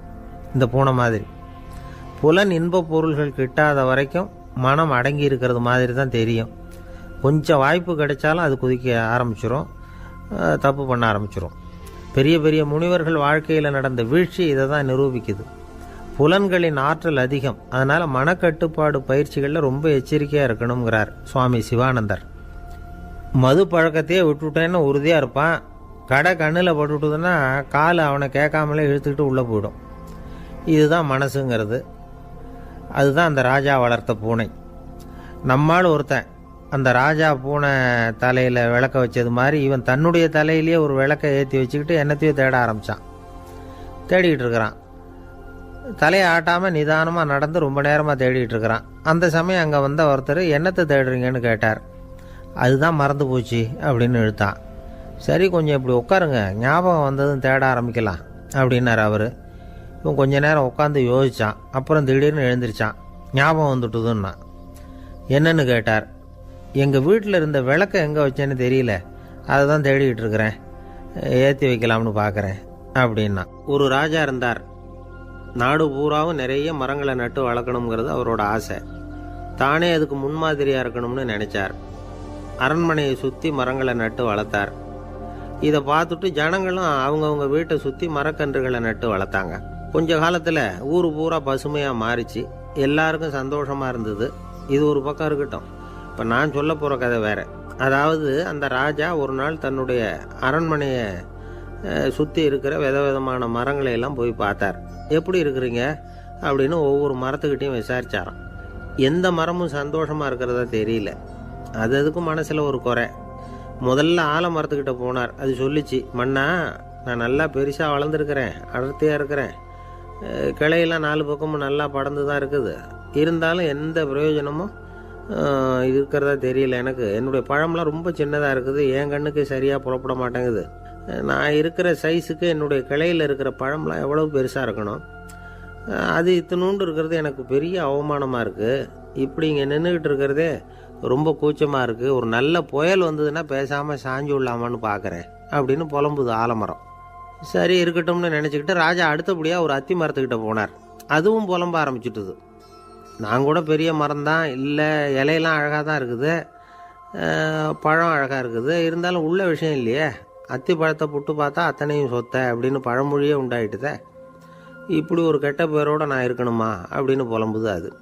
சரி, இது இருக்கட்டும் அப்படின்னு சொல்லி அடுத்தபடியாக வேப்ப மரத்துக்கிட்ட போனார். அது தன்னுடைய வேதனையை வெளியிட்டது. எனக்கு எவ்வளவோ மருத்துவ குணங்கள்லாம் இருக்கிறதா சொல்லிக்கிறாங்க, இருந்தாலும் என்ன பிரயோஜனம், என்னுடைய பழத்தை மனிதர்கள் யாரும் விரும்பி சாப்பிட்றது இல்லையே அப்படின்னுது. ராஜா அடுத்தாப்புல இருந்து ஒரு பனை மரத்துக்கிட்ட போனார். நான் நல்லா உயரமாக தான் வளர்ந்துருக்கிறேன், மற்ற மரங்கள்லாம் என்னை அண்ணாந்து தான் பார்க்கணும், இருந்தாலும் என்கிட்ட நிழலுக்காக யாரும் ஒதுங்கிறது இல்லையே அப்படின்னுது. என்ன இது, எல்லா மரமும் இப்படி திருப்தி இல்லாமல் இருந்துக்கிட்டு இருக்குதே அப்படின்னு நினச்சிக்கிட்டே ராஜா அடுத்தபடியாக அங்கே இருந்த ஒரு பைன் மரத்துக்கிட்ட போனார். அழகாக உயரமாக பசுமையாக தான் இருந்தது, ஆனால் பழமோ பூவோ கிடையாது. அதை நினச்சி அது வருத்தப்பட்டுக்கிட்டு இருக்குது. ஓக் மரம் அது ஒன்று நின்றுட்டு இருந்தது. அது என்ன சொல்லிச்சுன்னா, இலை உதிர் காலத்தில் என் மேலே இருக்கிற எல்லா இலைகளும் உதிர்ந்து போடுது, முடி கொட்டின மனிதர்கள் மாதிரி மொட்டையாக நான் நிற்க வேண்டியிருக்குது, என்ன வாழ்க்கை இது அப்படின்னு சொல்லி அழுத்துக்கிட்டது. சரி, புளிய மரம் என்ன சொல்லுது பார்ப்போம்னு அதுக்கிட்ட போனால், என்னுடைய நிழலில் யாருமே தங்க மாட்டாங்க, உடம்புக்கு சூடுன்னு ஒதுங்கி போயிடுவாங்க, அடிமரத்தை பார்த்தீங்கன்னா பட்டையெல்லாம் உறிஞ்சி பார்க்குறதுக்கே கேவலமாக இருப்பேன் அப்படின்னுது அது.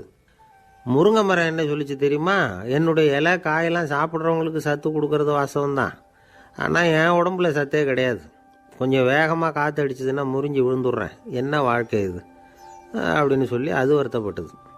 ராஜா யோசனை பண்ணார். என்ன இது, மரங்கள் பூமியின் வரங்கள்னு சொல்கிறோம், மழை பெய்யறதுக்கு அதுதான் காரணம், பூமி செழிப்பாக இருக்கிறதுக்கும் அதுதான் காரணம், வீடு கட்டுறதுக்கு மரம், நாற்காலி செய்ய உபயோகப்படுத்துறதுக்கும் அதுதான் உபயோகப்படுது, மனுஷனுக்கு வேண்டிய ஆகாரங்களையும் கொடுக்குது, இப்படிலாம் இருந்தும் எல்லா மரமும் நிம்மதி இல்லாமல் இருந்துக்கிட்டு இருக்குதே அப்படின்னு நினச்சார். அப்போது அங்கே இருந்த ஒரு மகிழ மரம் அவர் கண்ணில் பட்டுது. அந்த மரம் மட்டும் கொஞ்சம் நிம்மதியாக மகிழ்ச்சியாக இருக்கிறது மாதிரி தெரிஞ்சுது. உடனே ராஜா அதுக்கிட்ட போனார். உனக்கு மனசில் எதுவும் குறை இல்லையான்னு கேட்டார். இல்லை, நான் சந்தோஷமாக தான் இருக்கேன்னு தான் அந்த மகிழ மரம். அப்படியான்னு ஆச்சரியமாக கேட்டார் ராஜா.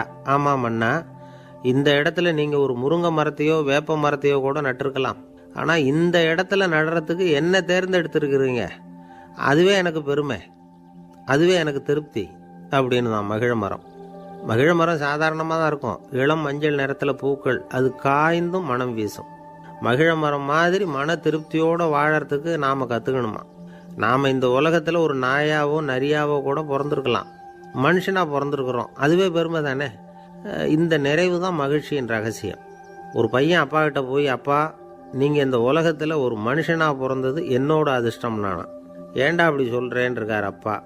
நீங்கள் ஒரு கரடியாக பிறந்திருந்தா இந்நேரம் நானும் ஒரு கரடி குட்டியாக தானே இருந்திருப்பேன் அப்படின்னு நானா பையன். இந்த உலகத்தில் நாம் நல்லபடியாக இருக்கணும்னா அதுக்கு முக்கியமாக தேவைப்படுறது 2. ஒன்று செல்வம், இன்னொன்று அறிவு.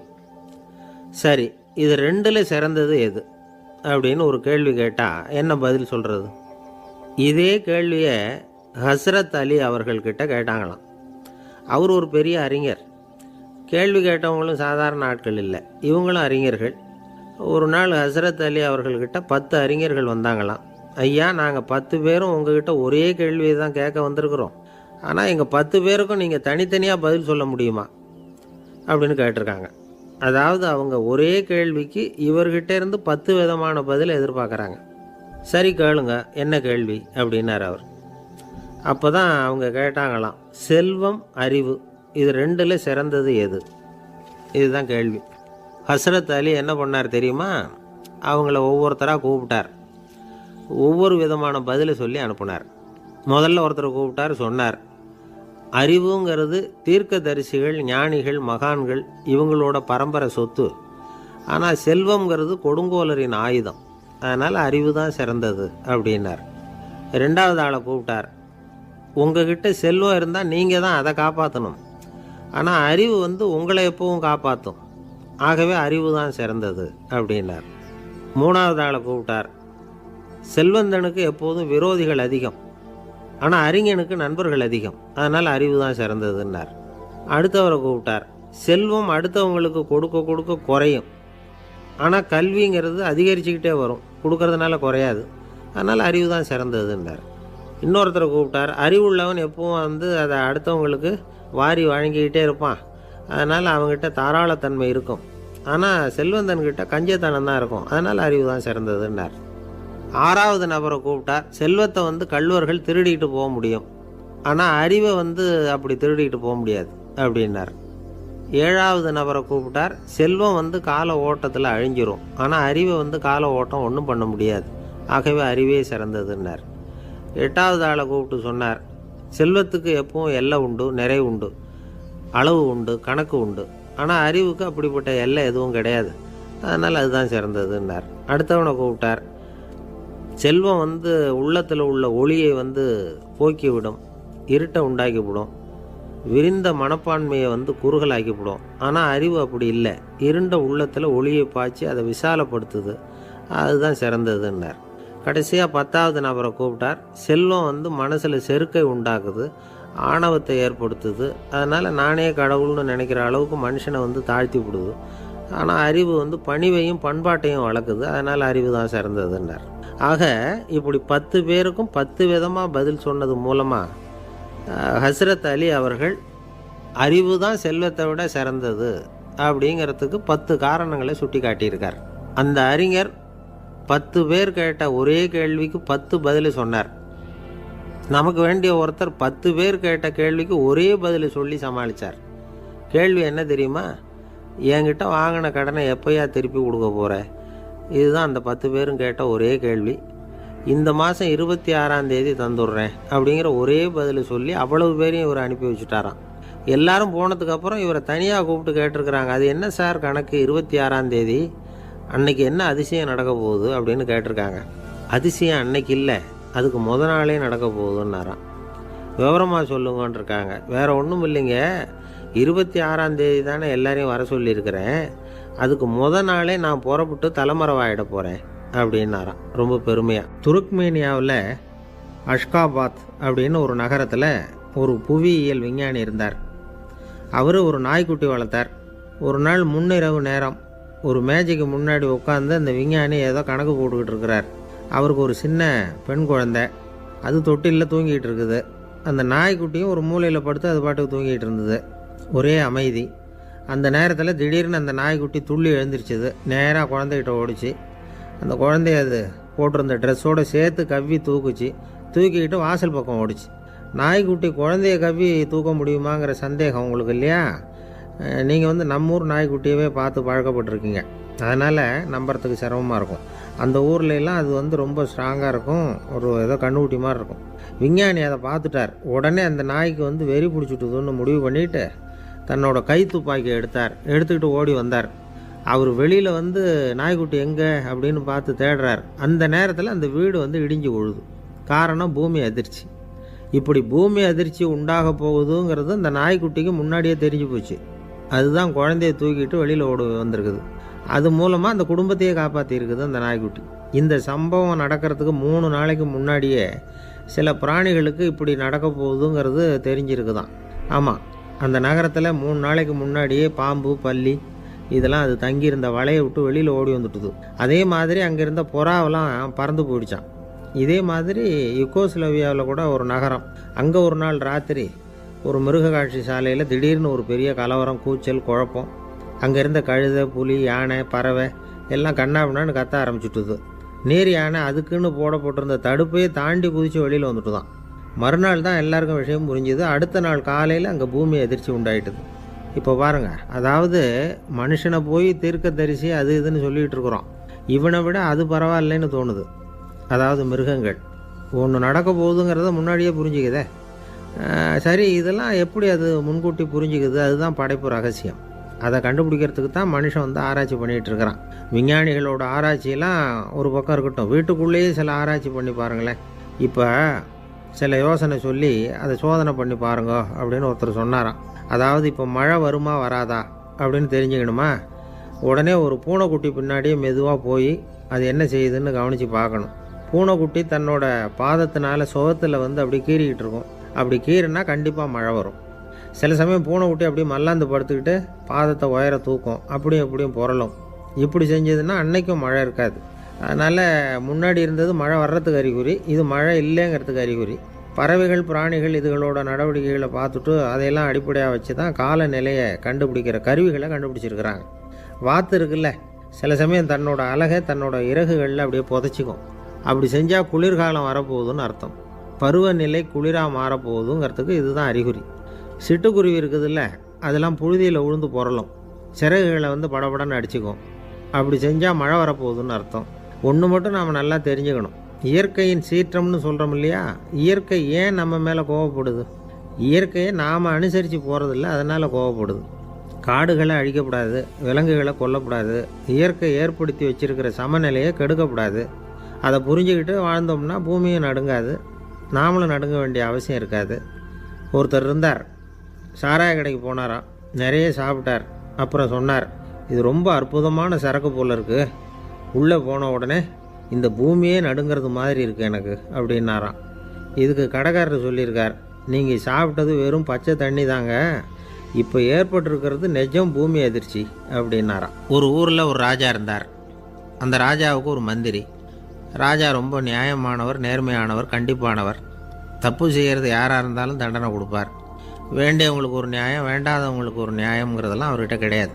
ஒரு சமயம் அரசவையில் அந்த அமைச்சரே வந்து விதிமுறைகளுக்கு புறம்பாக ஏதோ நடந்துக்கிட்டு இருக்கார். மன்னருக்கு கோபம் வந்துட்டுது. உடனே அந்த அமைச்சரை கிட்டத்தில் கூப்பிட்டு அவர் கன்னத்தில் ஓங்கி ஒரு அறை கொடுத்துட்டாராம். உடனே அந்த அமைச்சர் என்ன பண்ணார் தெரியுமா, நேராக போனார், அங்கே நின்றுக்கிட்டு இருந்த இன்னொருத்தர் கன்னத்தில் ஓங்கி அரைஞ்சார். அறை வாங்கினவர் திகைச்சு போயிட்டார். இவர் ஏன் நம்மளை வந்து அரைகிறார் அப்படின்னு யோசனை பண்ணார். மன்னரும் திகைச்சு போயிட்டார். நாம் இவர் அரைஞ்சா அதுக்காக இவர் போய் இன்னொருத்தர் அரையணுமா அப்படின்னு யோசனை பண்ணார். இவருக்கு என்ன பைத்தியமானு கூட நினைக்க ஆரம்பிச்சிட்டார். ஆனால் என்ன ஆச்சுன்னா, அப்புறம் அமைச்சர் அவர் கவனிச்சிக்கிட்டு இருந்தாரா, அவர் இன்னொருத்தர் அரைஞ்சார் இல்லையா, அந்த அறை வாங்கின ஆசாமியை பார்த்து கத்திக்கிட்டு இருந்தார். யார்? அமைச்சர். ஏன்பா என்கிட்ட அறையை வாங்கிக்கிட்டு இப்படி விவரம் இல்லாமல் நின்றுட்டு இருக்கிறியே, நான் உனக்கு கொடுத்ததை நீ வேற யாருக்கிட்டையாவது கொடுத்துரு அப்படின்னார். உடனே அந்த ஆள் பார்த்தான், தனக்கு அடுத்தபடியாக நின்றுக்கிட்டு இருந்தவனை ஓங்கி ஒரு அறை அரைஞ்சான். அவன் கன்னத்தை தடவிட்டே யோசனை பண்ணான். இது ஏதோ புரிஞ்சுக்கிட்ட மாதிரி அடுத்தாப்பில் நின்றுக்கிட்டு இருந்தவனை அரைஞ்சான். இப்படி இந்த அறை வந்து மாறி மாறி போய்கிட்டே இருக்குது. ஊரு பூரா பிரயாணம் பண்ண ஆரம்பிச்சுட்டுது. அன்னைக்கு ராத்திரி அந்த ராஜா படுக்கிறதுக்காக போனார். அந்த நேரம் பார்த்து அவர் கன்னத்தில் பலார்னு ஒரு அறை விழுந்தது. நம்மளே அரையிறது யாரு அப்படின்னு அதிர்ச்சியோட மன்னர் திரும்பி பார்க்குறாரு. அரைஞ்சது அவரோட மனைவி. என்னாச்சு உனக்குன்னு கத்துனார் ராஜா. உங்களுக்கு தெரியாதா, ஊர் பூரா ஒருத்தர் மாற்றி ஒருத்தர் மூலமாக இந்த அறை வந்து பிரயாணம் பண்ணிட்டு வருது அப்படின்னாங்க அந்த அம்மா. அப்படின்னா ஆரம்பித்த இடத்துக்கே வந்துட்டுதா அப்படின்னாராம் மன்னர். என்ன சொல்கிறீங்கன்னு கேட்டிருக்காங்க.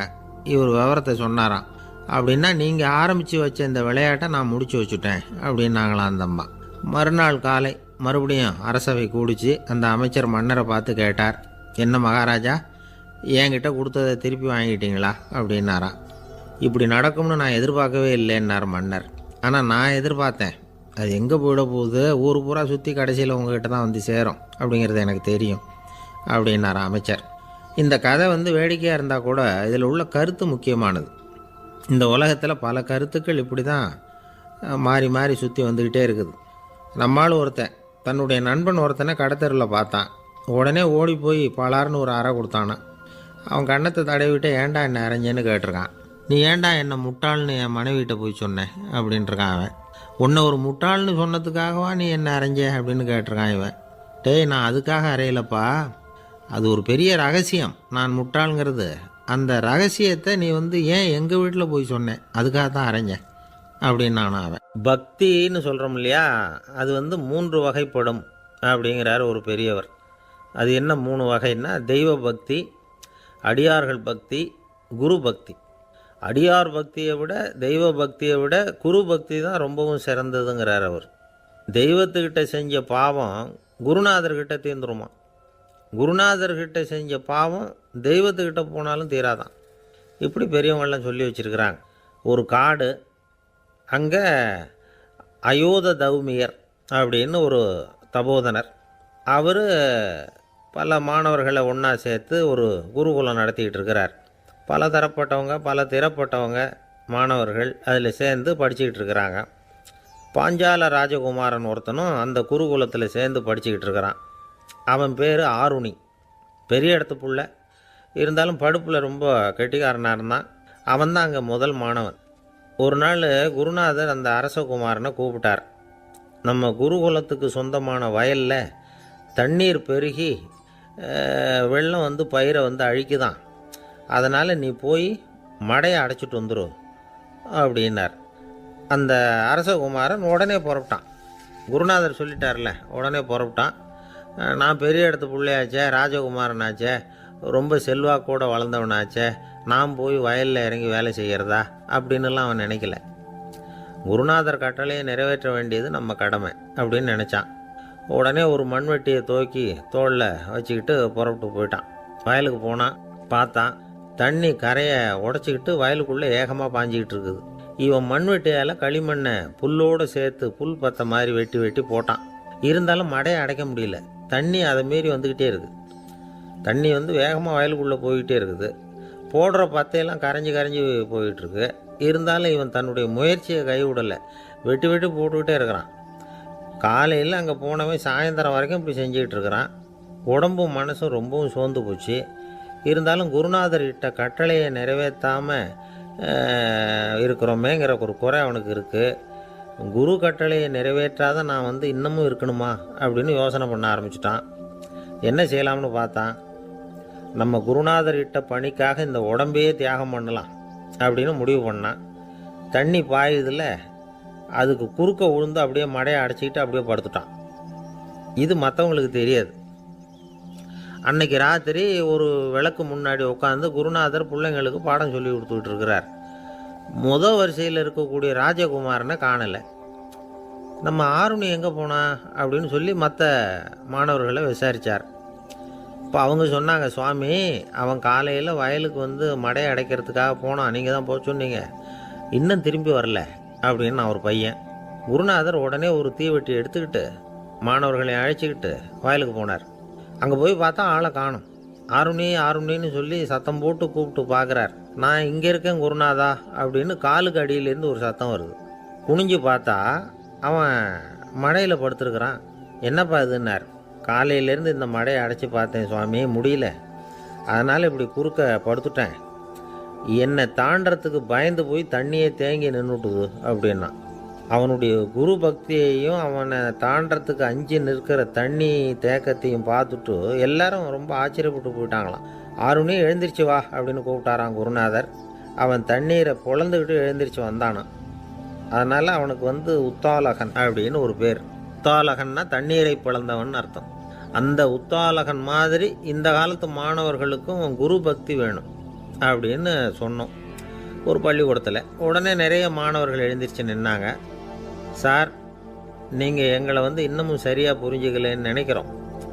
அன்னைக்காவது ஒருத்தன் அப்படி இருந்தான், இன்றைக்கி ஏகப்பட்ட உத்தாலகர்கள் இருக்கிறோம். எங்கள் வாத்தியார் கட்டளை இட்டால் இப்போவே அது மாதிரி வயலுக்கு போய் மடையில் குறுக்கப்படுத்துக்கிறதுக்கு இந்த வகுப்பில் உள்ள அத்தனை பேரும் தயாராக இருக்கிறோம் அப்படின்னாங்க. அப்படியா அப்படின்னு சொல்லி கேட்டோம் ரொம்ப சந்தோஷமாக. ஒருத்தன் ரொம்ப அடக்கமாக எழுந்திரிச்சான். அப்புறம் சொன்னான், ஆமாம் சார், வகுப்பில் இவர் நடத்துகிற பாடத்தை கேட்டுக்கிட்டு இருக்கிறத விட பேசாமல் போய் மடையில் படுத்துடுறது ஒன்றும் கஷ்டமான காரியமாக இருக்காது. அதனால தான் எல்லாரும் அங்கே போகிறேன்னு சொல்கிறோம் அப்படிங்கிறான். ஒரு இலக்கிய கூட்டம் ஏற்பாடு பண்ணியிருக்கிறோம், நீங்கள் அவசியம் அதில் பேசணும் அப்படின்னு கேட்டுக்கிட்டார் ஒருத்தர். வேணாங்க, 4 பேருக்கு முன்னாடி நிற்கிறதுனா எனக்கு ரொம்ப கூச்சமாக இருக்கும் அப்படின்னாரு இவர். ஏன் சார் இன்னமும் குழந்த மாதிரி கூச்சப்படுறீங்களே அப்படின்னார் அவர் ஒரு மாதிரியாக சமாளித்து அனுப்பி வச்சுட்டு அதுக்கப்புறம் அதை பற்றி இவர் யோசித்து பார்த்துருக்கார். சில நிபுணர்கள் எழுதியிருக்கிறத படித்தும் பார்த்துருக்கிறார். மனோதத்துவ நிபுணர்கள் என்ன சொல்கிறாங்க தெரியுமா? 10லேருந்து 20% குழந்தைகள் பிறக்கிறப்பவே கூச்ச சுபாவம் கொண்டதாக தான் இருக்குதான். ஒரு தாத்தா தன்னோட பேர பிள்ளைய ஆசையாக கூப்பிடுறார் விளையாட்டு காட்ட, அதை அழுதுகிட்டு ஓடி போகுது. ஒரு அம்மா தன்னோட பிள்ளைய பள்ளிக்கூடத்தில் சேர்க்கறதுக்காக கூப்பிட்டுக்கிட்டு போகிறாங்க. அந்த புள்ள அம்மாவோட முந்தானையில் ஒளிஞ்சிக்கிட்டு வெளில வரமாட்டேங்குது. இவங்களெல்லாம் எப்படி சமாளிக்கிறது? குழந்தைகளோட கூச்ச சுபாவத்தை போக்குறது எப்படி? இதுக்கு நிபுணர்கள் சில யோசனைகளை சொல்லியிருக்கிறாங்க. மற்றவங்களுக்கு முன்னாடி என் பையனுக்கு கூச்சம் ரொம்ப அதிகம் சார், மற்றவங்க பார்த்தா ரொம்ப வெக்கப்படுறான், இப்படி சொல்கிற அப்பாக்கள் உண்டு. என் பையன் புது மனுஷால பார்த்தா அட்டையாக ஒட்டிக்குவான் சார் அப்படின்னு சொல்கிற அப்பாக்களும் உண்டு. இப்படிலாம் குழந்தைகளுக்கு முத்திரை குத்துறது ரொம்ப தப்பான். புதுசாக யாராவது வீட்டுக்கு வந்தால் குழந்தை தானாக தன்னோட கூச்சத்தையும் பயத்தையும் போக்கிக்கிட்டு சகஜமாக மாறி வர்றதுக்கு வாய்ப்பு கொடுக்கணுமா. ஒரு கூட்டத்துக்கோ அல்லது சொந்தக்காரங்க கல்யாணத்துக்கோ குழந்தைய அழைச்சிட்டு போகிறீங்க, அங்கே போய் கட்டாயப்படுத்தி குழந்தைய மற்றவங்க கிட்ட பேச சொல்லக்கூடாது. சில சமயம் குழந்தை தானாக தன்னுடைய கூச்ச சுபாவத்தை விட்டு பேசுறதுக்கு முன் வந்தால் அதை பாராட்டணும். குழந்தை கலகலப்பு இல்லாமல் மௌனமாக இருந்ததுன்னா அதையும் கண்டுக்கக்கூடாது. குழந்தை பேச ஆரம்பித்தா அதை ஆர்வத்தோடு கவனிக்க தெரியணும். கலந்து உரையாடுற பழக்கத்தை வீட்லேயே ஆரம்பிக்கலாம். கேட்டதுக்கு பதில் சொல் அப்படின்னு நீங்கள் அதிகாரம் பண்ணிகிட்டு இருக்கக்கூடாது. அது குழந்தைக்கு பேசுகிற சந்தர்ப்பத்தை குறைச்சிருமா. இப்போ நாம் அதிகாரம் பண்ணால் கேலி செய்கிற பழக்கம் குழந்தைகளை ரொம்ப பாதிச்சிருமா. பெரியவங்களானதுக்கு அப்புறமும் சில பேர் கூச்சத்தோடவும் பயத்தோடவும் இருக்கிறதுக்கு இதுதான் காரணம். சின்ன வயசில் அவங்கெல்லாம் ஏதாவது கேலிக்கு ஆளாகி இருப்பாங்க. 2வது குழந்தை மூத்த குழந்தைய கேலிக்கு ஆளாகிற சந்தர்ப்பங்களை கண்டு கேலி பண்ணினா அது இளம் நெஞ்சங்களை விட்டு நீங்கிறதே இல்லையா. எப்பவும் குழந்தையோட நடை உடை பாவனைகளை பற்றி சொல்லிக்கிட்டே இருக்கக்கூடாதான். அதுவே கூச்ச சுபாவத்தை கொண்டுட்டு வந்துடுமா. அப்பா எங்கேன்னு யாராவது கேட்டால் இது மாதிரி இன்ன காரியத்துக்காக வெளியில் போயிருக்கார், இத்தனை மணிக்கு திரும்பி வருவார் அப்படின்னு சொல்கிற அளவுக்கு குழந்தைகளை பழக்கப்படுத்தி வைக்கணும். ஃபோன்லேயே யாராவது விசாரித்தா கூட இது மாதிரி பதில் சொல்லு அப்படின்னு சொல்லணும். சின்ன சின்ன மீட்டிங்கில் 4 வார்த்தை பேச தயார் பண்ணலாம். ஒரு கடையிலையோ அல்லது ஹோட்டல்லையோ ஏதாவது விவரம் கேட்கணும்னா உங்கள் குழந்தைய தைரியமாக அனுப்புங்க. குழந்தைகள் பணிவாகவும் பொறுமையாகவும் விவரம் கேட்குறப்போ கூச்ச சுபாவம் தானாக போயிடும். சின்ன வயசுலேயே இப்படிலாம் பழக்கப்படுத்தினா தான் வருங்காலத்தில் தைரியமாக இந்த சமுதாயத்தில் வாழ முடியும். இல்லைன்னா 60 வயசுலேயும் அடுப்பங்கரையை விட்டு வெளில வர்றதுக்கு கூச்சப்பட்டுக்கிட்டு தான் இருக்க வேண்டியிருக்கும். இந்த காலத்து பிள்ளைங்க எவ்வளவோ பரவாயில்ல, எதுக்கும் தயங்குறதில்ல, கூச்சப்படுறதில்ல. ஒரு அம்மா அடுப்பங்கரையிலேருந்து சத்தம் போட்டாங்க, டேய் ராமு, தயவு பண்ணி அந்த டிவியை நிறுத்துறா, அந்த பெண்ணோட குரல் மகா மோசம், அடுப்பங்கரையில் இருக்கிற என்னாலேயே அதை சகிச்சிக்க முடியல அப்படின்னாங்களாம். உடனே பையன் கொஞ்சம் கூட தயங்காமல் பதில் சொல்கிறான், அம்மா, இந்த குரல் டிவியிலேருந்து வரல, எதிர்த்த விட்டு மாமி தான் இங்கே வந்திருக்கிறாங்க, அவங்க தான் இப்போ என்னோட பேசிக்கிட்டு இருக்கிறாங்க அப்படின்னானா. ஐயா, உங்கள் பேரை தொடர்ந்து தினம் கேட்டுக்கிட்டு இருக்கிறேன் அப்படின்னார் ஒருத்தர். தொடர்ந்து கேட்குறீங்களே, உங்களுக்கு காது வலிக்கலையா அப்படின்னு கேட்டோம். பேசுகிற உங்களுக்கே வாய் வலிக்கலை அப்படிங்கிறப்போ கேட்குற எங்களுக்கு எப்படி காது வலிக்கும் அப்படின்னார். நம்ம உடம்புல ஒரு அதிசயம் என்ன தெரியுமா? ரொம்ப நேரம் நாம் நடக்கிறோம்னு வச்சுக்கோங்க, கால் வலிக்கும். ரொம்ப நேரம் வேலை செஞ்சால் கை வலிக்கும், உடம்பு வலிக்கும். ரொம்ப நேரம் பார்த்துக்கிட்டே இருந்தால் கண்ணு வலிக்கும். ரொம்ப நேரம் பேசிக்கிட்டே இருந்தால் வாய் கூட வலிக்கும். ஆனால் ரொம்ப நேரம் கேட்டுக்கிட்டே இருக்கிறதுனால காது வலிக்கிறது இல்லை. அதனால் கேட்கறதுக்கு முக்கியத்துவம் கொடுத்தாங்க நம்ம பெரியவங்க. திருவள்ளுவர் தேவையில்லாமல் வார்த்தைகளை உபயோகப்படுத்த மாட்டார். ஒரு திருக்குறள்னு எடுத்துக்கிட்டாவே அதில் மொத்தம் 7 வார்த்தைகள், அவ்வளவுதான். அப்படி 7 வார்த்தைகள் மட்டுமே உள்ள ஒரு திருக்குறளில் வள்ளுவர் ஒரே வார்த்தையை 5 தடவை உபயோகப்படுத்தியிருக்கிறார், திரும்ப திரும்ப பயன்படுத்தியிருக்கிறார். அப்படின்னா அதை எந்த அளவுக்கு வலியுறுத்தி சொல்கிறார் அப்படிங்கிறத நாம் புரிஞ்சுக்கணும். அது என்ன குறள்? செல்வத்துள் செல்வம் செவிச்செல்வம், அச்செல்வம் செல்வத்துள் எல்லாம் தலை. செவிச்செல்வம்ங்கிறது அவ்வளவு முக்கியமானது.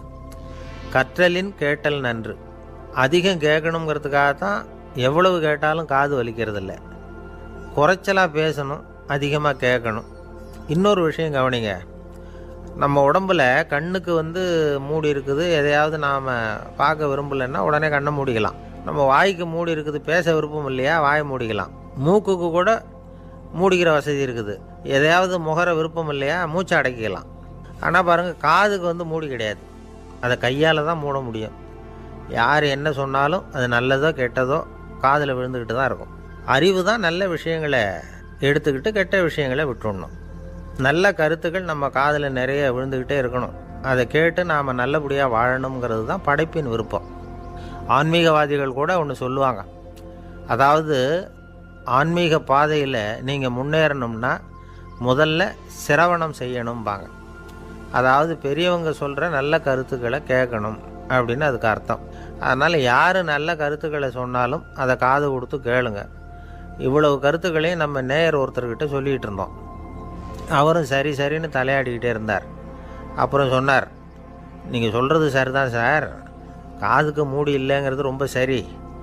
அதனால தான் உங்கள் தகவல் கூட நாங்கள் விரும்புகிறோமோ இல்லையோ தினம் காதில் விழுந்துக்கிட்டு இருக்குது அப்படின்னார். எங்களுக்கு ரொம்ப பெருமையாக இருந்தது. அப்படியா அப்படின்னோம். ஆனாலும் என்ன மாதிரி சில பேர் நீங்கள் தகவல் சொல்கிற சமயத்தில் காதில் மூடி இல்லையேன்னு சொல்லி கவலைப்படுறதில்ல சார் அப்படின்னார். ஏன்னு கேட்டோம்.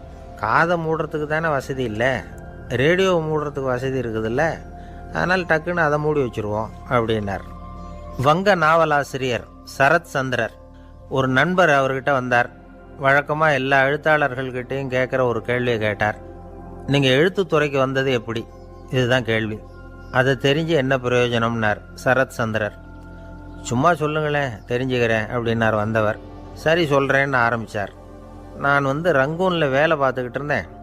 சம்பளம் பத்தில், வேலையும் பார்த்துக்கிட்டு ஒரு பலசரக்கு கடை வைக்கலாம்னு நினச்சேன். என்னால் மளிகை கடை வச்சு சரியாக நடத்த முடியுமாங்கிற சந்தேகம் என் மனைவிக்கு. அதை சோதனை பண்ணி பார்க்கணுங்கிறதுக்காக சில பொருள்களின் அளவு, அதோட விலை, இப்படி சிலதை சொல்லி எல்லாத்தையும் மனக்கணக்காக கூட்டி போட சொன்னாங்க. என்னால் சரியாக கூட்டி சொல்ல முடியல. உங்களால் மளிகை கடை நடத்த முடியாதுன்னு சொல்லிவிட்டாங்க. உடனே என்ன பண்ணுறது, வேறு வழி இல்லை, கதை எழுத ஆரம்பிச்சிட்டேன் அப்படின்னார். கேட்டவருக்கு சிரிப்பு வந்துட்டு தான். சரத் சந்திரர் ஒரு பக்கம் சீரியஸான நாவல்கள், சிறுகதைகள் எழுதியிருந்தாலும் அவருடைய இன்னொரு பக்கம் வேற விதம். நண்பர்கள்கிட்ட பேசும்பொழுதும் சரி, அவர்களுக்கு கடிதங்கள் எழுதும்போதும் சரி, கேலியும் கிண்டலும் நகைச்சுவை உணர்வும் அதிகமாக இருக்கும். காந்திஜி ஒரு சமயம் கல்கத்தாவுக்கு வந்திருந்தார். தேசபக்தர்கள் பல பேர் அவர்கிட்ட பேசிக்கிட்டு இருந்தாங்க. அப்போது சரத் சந்திரரும் அங்கே இருந்தார். கிரண் சங்கர் ராய் அப்படிங்கிறவரும் அங்கே இருந்தார். அவர் சொன்னாராம், காந்திஜியோட பழகிய முதல் வங்காளி நான் தான். போயர் யுத்த காலத்தில் இவர் லண்டனுக்கு வந்திருந்தப்போ என்கிட்ட தான் வங்காள மொழி கற்றுக்கிட்டார் அப்படின்னாராம். உடனே சரத் சந்திரர் காந்திஜியை பார்த்து, இவர் உங்களுக்கு வங்காள மொழி கற்றுக் கொடுத்தது உண்மைதானா அப்படின்னாராம். ஆமான்னாராம் காந்தி. அதனால தான் உங்களால் வங்காள மொழி கற்றுக்க முடியல அப்படின்னாராம். எல்லாரும் சிரித்தாங்களாம். சரத் சந்திரர் சாம்தாபேர் அப்படிங்கிற கிராமத்தில் தங்கியிருந்தார். ஒரு இலக்கிய நிகழ்ச்சியில் கலந்துக்கிறதுக்காக. அதுக்காக ஒரு கல்கத்தாவுக்கு போக வேண்டிய சூழ்நிலை. அதுக்காக புறப்பட்டார். அந்த சமயத்தில் பின்னாடி இருந்து யாரோ அவரை கூப்பிட்டாங்க. இப்படி கூப்பிட்டவரை பார்த்து இன்னொருத்தர் யாரோ அதட்டி இருக்கிறாங்க. போகிறவரை ஏன் இப்படி கூப்பிடுறீங்க அப்படின்னு. ஏன் கூப்பிட்டா என்னன்னு கேட்டிருக்கார் சரத் சந்திரர். புறப்படுறவங்கள பின்னாடி இருந்து கூப்பிடுறது அபசகுனம், போகிற இடத்துல ஏதாவது ஆபத்து வரலாம் அப்படின்னு அதுக்கு விளக்கம் கொடுத்துருக்கிறார் அவர். உடனே சரத் சந்திரர் சொன்னாராம், இதோ இவங்க என்னை இலக்கிய கூட்டத்துக்கு அழைச்சிட்டு போகிறாங்களே, இதை விட வேற என்ன ஆபத்து வந்துட போகுது அப்படின்னாராம். இப்படி சரத் சந்திரருக்கு இயல்பாகவே நகைச்சுவை உணர்வு உண்டு. அவருடைய நண்பர் ஒருத்தர் வீட்டுக்கு கூப்பிட்டுருந்தார். அங்கே ஒரு கச்சேரிக்கு ஏற்பாடு பண்ணியிருந்தாங்க. சரத் சந்திரருக்கு இயல்பாகவே கச்சேரியில் நீண்ட ஆலோசனையெல்லாம் கேட்குறதுக்கு பொறுமை இருக்காது. அதனால் மெதுவாக பாட போகிறவர் எப்படி அப்படின்னு கேட்டிருக்கார். அவருக்கு ரொம்ப நல்லா பாட தெரியும் அப்படின்னு சொல்லியிருக்கிறாங்க. அதுக்கு சரத் சந்திரர், பாட தெரியுங்கிறது சரி, பாட்டை நிறுத்த தெரியுமா, அதை சொல்லுங்கள் முதல்ல அப்படின்னாராம். கங்கைக்கரை தோட்டம், பக்கத்தில் ஒரு ஆசிரமம், அங்கே ஒரு பெரியவர் தங்கியிருக்கிறார். அவர் தான் ராமகிருஷ்ண பரமஹம்சர். அந்த ஆசிரமம் இருந்த இடம் கரக்பூர். வங்காளத்தில் பொதுவாக எல்லாரும் மீன் சாப்பிட்றது உண்டு. கங்கையில் குளிச்சுட்டு கையில் ஒரு மீனோடு வர்றது வழக்கம். இவர் இருக்கிற இடத்துக்கு கங்கையில் படகு வழியாக வரணும். அப்படி தான் எல்லோரும் வருவாங்க. வர்றவங்கள ஒன்று கூட்டி ஆன்மீக விஷயங்களை பற்றி பேசிக்கிட்டு இருப்பார். ஒவ்வொரு நாள் ஒவ்வொருத்தர் நகரத்துக்கு போகணும். வரும்பொழுது மீன் கொண்டுக்கிட்டு வரணும். அதுக்கு ஒரு அட்டவணையே உண்டு ஆசிரமத்தில். அது பிரகாரம் ஒரு நாள் சுவாமி யோகானந்தர் படகில் போனார். படகை செலுத்தினவங்க ராமகிருஷ்ணரையும் சுவாமி யோகானந்தரையும் மற்றவங்களையும் பித்தர்கள் அப்படின்னு சொல்லி ஏளனமாக பேசினாங்க. அவங்க என்ன பைத்தியம் பிடிச்சவங்க அப்படிங்கிறது மாதிரி. சுவாமி யோகானந்தருக்கு ரொம்ப மென்மையான இதயம். இவங்க இப்படி கண்ணாபின்னான்னு பேசுகிறத பார்த்தா மீனை வாங்கிட்டு திரும்புகிறப்போ என்ன நடக்குமோ அப்படிங்கிற பயம் வேறு வந்துட்டுது அவருக்கு. அவ்வளவு மென்மையானவர். இதை தெரிஞ்சுக்கிட்ட ராமகிருஷ்ணர் யோகானந்தா இங்கே வா அப்படின்னு கூப்பிட்டார். இவர் கண்ணீரை தொடச்சிக்கிட்டே கிட்ட போனார். சொன்னார், ஐயா, படகு ஓட்டுறவங்க உங்களை பற்றி மோசமாக பேசுகிறாங்க. என்ன திட்டினா பரவாயில்ல, ஆனால் உங்களை அவங்க திட்டுறாங்க. அதை என்னால் தாங்கிக்க முடியல அப்படின்னார். இதை கேட்டதும் ராமகிருஷ்ணருக்கு கோபம் வந்துட்டு தான். என்னது, உன்னுடைய குருவை பற்றி அவங்க மோசமாக பேசும்பொழுது நீ சும்மா இருந்தியா? வெளியில் போ அப்படின்னு விட்டார். குரு நிந்தனை செய்கிறப்போ அதை கேட்டுக்கிட்டு சும்மா இருக்கலாமா? குரு நிந்தனையை கேட்டால் பாவம் இல்லையா? என்னை தூற்றும் போது அவங்க பாவம் செய்கிறாங்க. அதை கேட்டுக்கிட்டு நீ சும்மா இருந்தால் நீயும் பாவம் செய்கிற அப்படின்னாராம். அடுத்த நாள் சுவாமி நிரஞ்சனானந்தர் போக வேண்டிய நாள். இவர் படகுல போகும்பொழுதும் அதே மாதிரி நடந்து தான். அவங்க மோசமாக பேச ஆரம்பித்தாங்க, திட்ட ஆரம்பித்தாங்க. அப்படி கேலி பண்ண ஒருத்தனை இவர் என்ன பண்ணார், பலார்னு கன்னத்தில் அரைஞ்சிட்டார். இன்னொருத்தனை கங்கையில் தூக்கி எறியறதுக்கும் தயாராகிட்டார். அதுக்கப்புறம் அவங்க யாரும் வாயை திறக்கலை.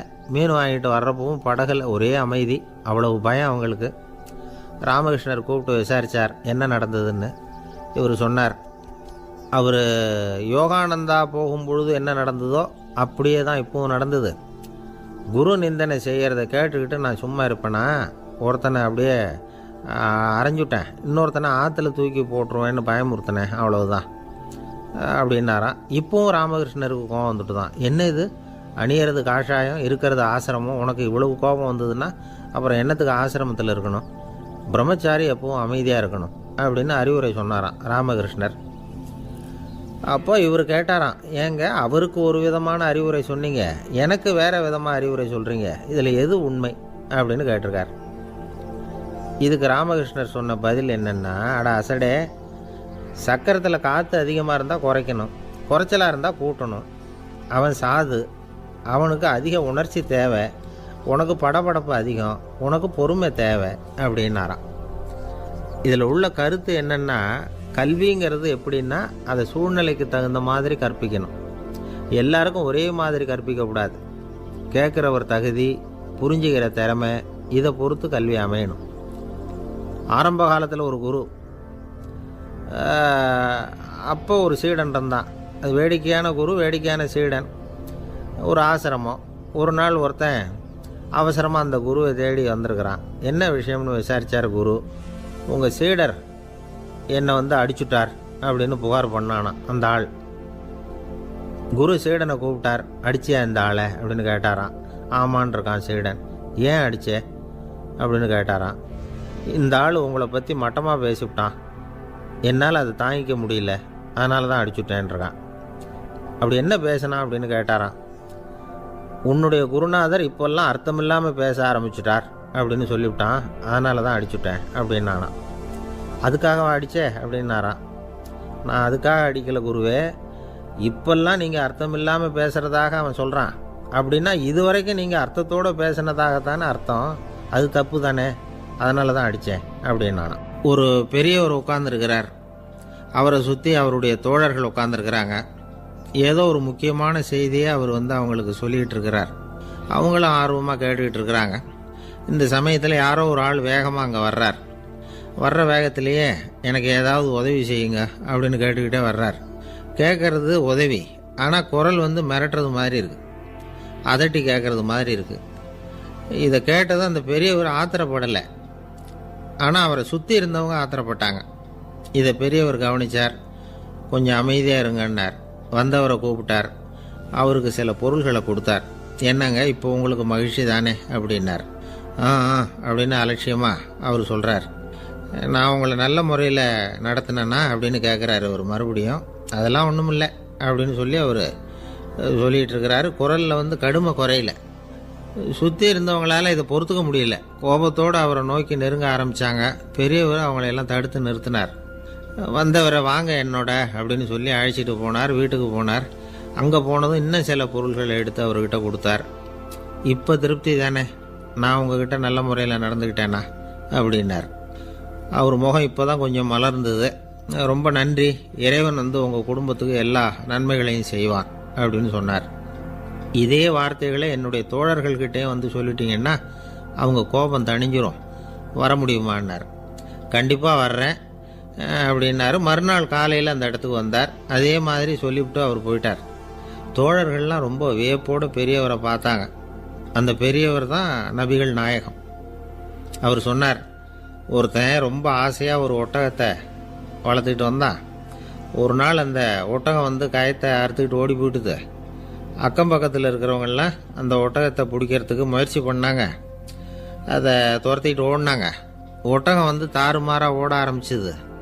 இந்த சமயத்தில் ஒட்டகத்தை வளர்த்தவன் அங்கே ஓடி வந்தான். நீங்கள் அதை ஒன்றும் செய்ய வேணாம், விட்டுருங்க. அதோட சுபாவம் எனக்கு நல்லா தெரியும். அதை சுலபமாக என்னோடய வழிக்கு கொண்டுட்டு வந்துட முடியும். நான் பார்த்துக்கிறேன், விட்டுருங்கோ அப்படின்னா. எல்லாரும் விலகி போயிட்டாங்க. இவன் என்ன செஞ்சான் தெரியுமா? கொஞ்சம் புல்லை கையில் எடுத்துக்கிட்டு அந்த ஒட்டகத்தை நெருங்கினான். அவ்வளவுதான். அது ஓடி இவன் காலடியில் உட்காந்துக்கிட்டது. செல்லமாக அதை அப்படியே தடவி கொடுத்தான். முதுகில் ஏறி உட்காந்துக்கிட்டான். அது பாட்டுக்கு சாதுவாக நடந்து போகுது.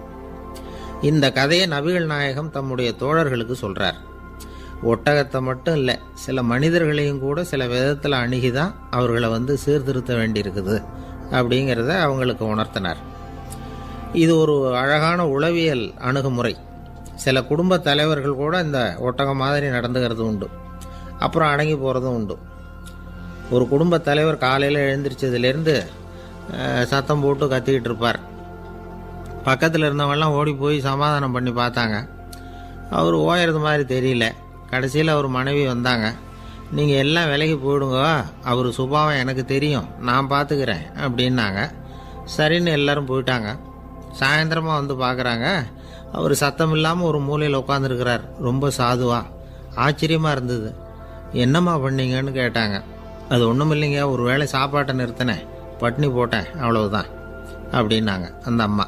ஒரு ராஜா ஊரெல்லாம் சுற்றி பார்த்துட்டு வரலாம்னு ஒரு நாள் புறப்பட்டு போனார். ஒரு இடத்துல தறி நெசவு வேலை ரொம்ப மும்முரமாக நடந்துக்கிட்டு இருந்தது.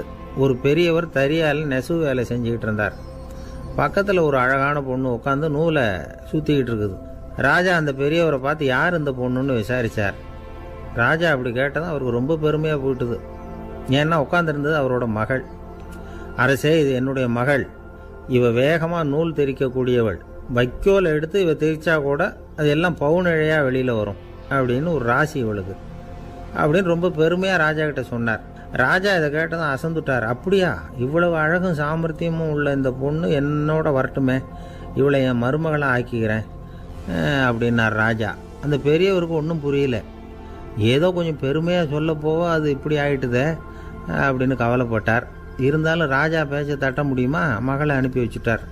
ராஜா அந்த பொண்ணை அரண்மனைக்கு அழைச்சிட்டு வந்தார். அங்கே ஒரு அறையில் வச்சு பூட்டி விட்டார். அந்த ரூமு நிறைய வைக்கோலை கொண்டாந்து போட்டு அடைச்சாங்க. 3 ராட்டைகள் வேற வச்சுருந்தாங்க. நாளைக்கு பொழுது விடியறதுக்குள்ளே நீ இந்த வைக்கோலையெல்லாம் தங்க இழைகளாக மாற்றி காட்டணும். நாளைக்கு காலம்புற நான் இந்த அறை கதவை திறப்பேன். உன் தகப்பன் சொன்னது மாதிரி எல்லாம் தங்கமாக மாறி இருக்கணும், இல்லைன்னா நீ உயிர் தப்ப முடியாது அப்படின்னு உத்தரவு போட்டார். பாவம் அந்த பொண்ணு என்ன பண்ணும், பகல் பூரா அழுதுகிட்டே உட்காந்துருக்குது. ராத்திரி பூராவும் தூக்கம் வரல. மறுநாள் அதிகாலை நேரத்தில் யாரோ கதவை தட்டுற சத்தம் கேட்டுது. பயந்துக்கிட்டே கதவை திறக்கிறா. திறந்து பார்த்தா வெளியில் 3 அவலட்சணமான பெண்கள். ஒருத்திக்கு கால் அகலமாக முறை மாதிரி இருக்குது, இன்னொருத்திக்கு கட்டை விரல் கரண்டி மாதிரி பெருசாக இருக்குது, 3ஆவது பொண்ணுக்கு உதடு தடித்து ரப்பர் மாதிரி தொங்கிக்கிட்டு இருக்கு. யார் நீங்கள், உங்களுக்கு என்ன வேணும் அப்படின்னு கேட்குது இந்த பொண்ணு. நாங்கள் உங்களுக்கு உதவி செய்கிறதுக்கு தான் வந்திருக்கிறோம் அப்படின்னு சொல்லி உள்ளே வந்தாங்க. உட்காந்தாங்க. கொஞ்ச நேரத்துக்குள்ளே உள்ளே இருந்த வைக்கோலையெல்லாம் தங்க இழைகளாக மாற்றி கொடுத்துட்டு போயிட்டாங்க. காலையில் ராஜா வந்தார், பார்த்தார். ஆகா பேஷுனார். இன்னும் கொஞ்சம் வைக்கோலை கொண்டாந்து அந்த ரூமில் போட சொன்னார். இந்த வைக்கோலையும் இன்றைக்கி தங்கமாக மாற்றிவிடு, நாளைக்கு மறுநாள் உனக்கும் இளவரசனுக்கும் கல்யாணம்னு சொல்லிவிட்டார். இன்றைக்கி ராத்திரி அந்த 3 பொண்ணுங்களும் வந்தாங்க. வைக்கோலை பொண்ணு இழைகளாக மாற்றினாங்க, புறப்பட்டாங்க. இந்த பொண்ணு அவங்க காலில் விழுந்து வணங்கினா. என் உசுரை காப்பாற்றினீங்க, உங்களுக்கு நான் என்ன கைமாறு செய்ய போகிறேன் அப்படின்னா. பயப்படாத, நீ விரும்பினா எங்களுக்கு ஒரு உதவி செய்யலாம். உன்னுடைய கல்யாணத்துக்கு நாங்கள் 3 பேரும் வரோம். நீ எங்களை வரவேற்று ராஜாக்கிட்டேயும் இளவரசர்கிட்டையும் நாங்கள் உன்னோட பெரியப்பா பொண்ணுங்கன்னு சொல்லி அறிமுகப்படுத்தி வை, நாங்கள் விருந்து சாப்பிட்டுட்டு போயிடுறோம் அப்படின்னாங்க. ரொம்பவும் சந்தோஷமாக சரின்னு ஒத்துக்கிட்டா. கல்யாண நாள் வந்தது. கல்யாணம் ரொம்ப கோலாகலமாக நடந்துக்கிட்டு இருக்கு. எல்லா தேசத்து ராஜா ராணிகளும் வந்துக்கிட்டு இருக்கிறாங்க. அந்த 3 அவலட்சணமான பொண்ணுங்களும் சேர்ந்தாங்க. யார் இவங்கன்னு கேட்டார் ராஜா. என் பெரியப்பா பொண்ணுங்க அப்படின்னா அந்த பொண்ணு. காலும் உதடும் கட்டை விரலும் ஏன் இப்படி உங்களுக்கு அவலட்சணம் ஆயிட்டுது அப்படின்னு கேட்டார். அதுக்கு அந்த பொண்ணுங்க பதில் சொன்னாங்க. என்ன செய்யறது, ஓயாமல் வைக்கோலை நூற்று ஒருத்தியோட கட்டை விரல் அப்படி கரண்டி மாதிரி ஆயிட்டுது. நாக்கில் தொட்டு தொட்டு திரிச்சதுனால ஒருத்தியோட உதடு அப்படி ஆயிட்டுது. காலால் கட்டையை அழுத்தி அழுத்தி தறி போட்டதுனால இன்னொருத்தையோட கால் அப்படி ஆயிட்டுது. உங்கள் மருமகளாக வந்திருக்கிற இந்த பொண்ணு அந்த 3ஐயுமே செய்ய தெரிஞ்சவ தான். என்ன ஆக போதோ இன்னும் கொஞ்ச நாளில் அப்படின்னாங்க. அவ்வளவுதான். ராஜா பயந்துட்டார். அம்மா, இன்னையிலேருந்து நீ இளவரசனின் மனைவி. நீ எப்பவும் அழகாக இருக்கணும். அதனால் நீ இனிமேல் வைக்கோலை திரிக்கவே கூடாது அப்படின்னு உத்தரவு போட்டார். அவளை இக்கட்டான சூழ்நிலையிலேருந்து காப்பாற்றின அந்த 3 பொண்ணுங்களும் சந்தோஷமாக திரும்பி போயிட்டாங்களாம். சுவாமி சின்மயானந்தர் இந்த கதையை சொல்லியிருக்கிறார்.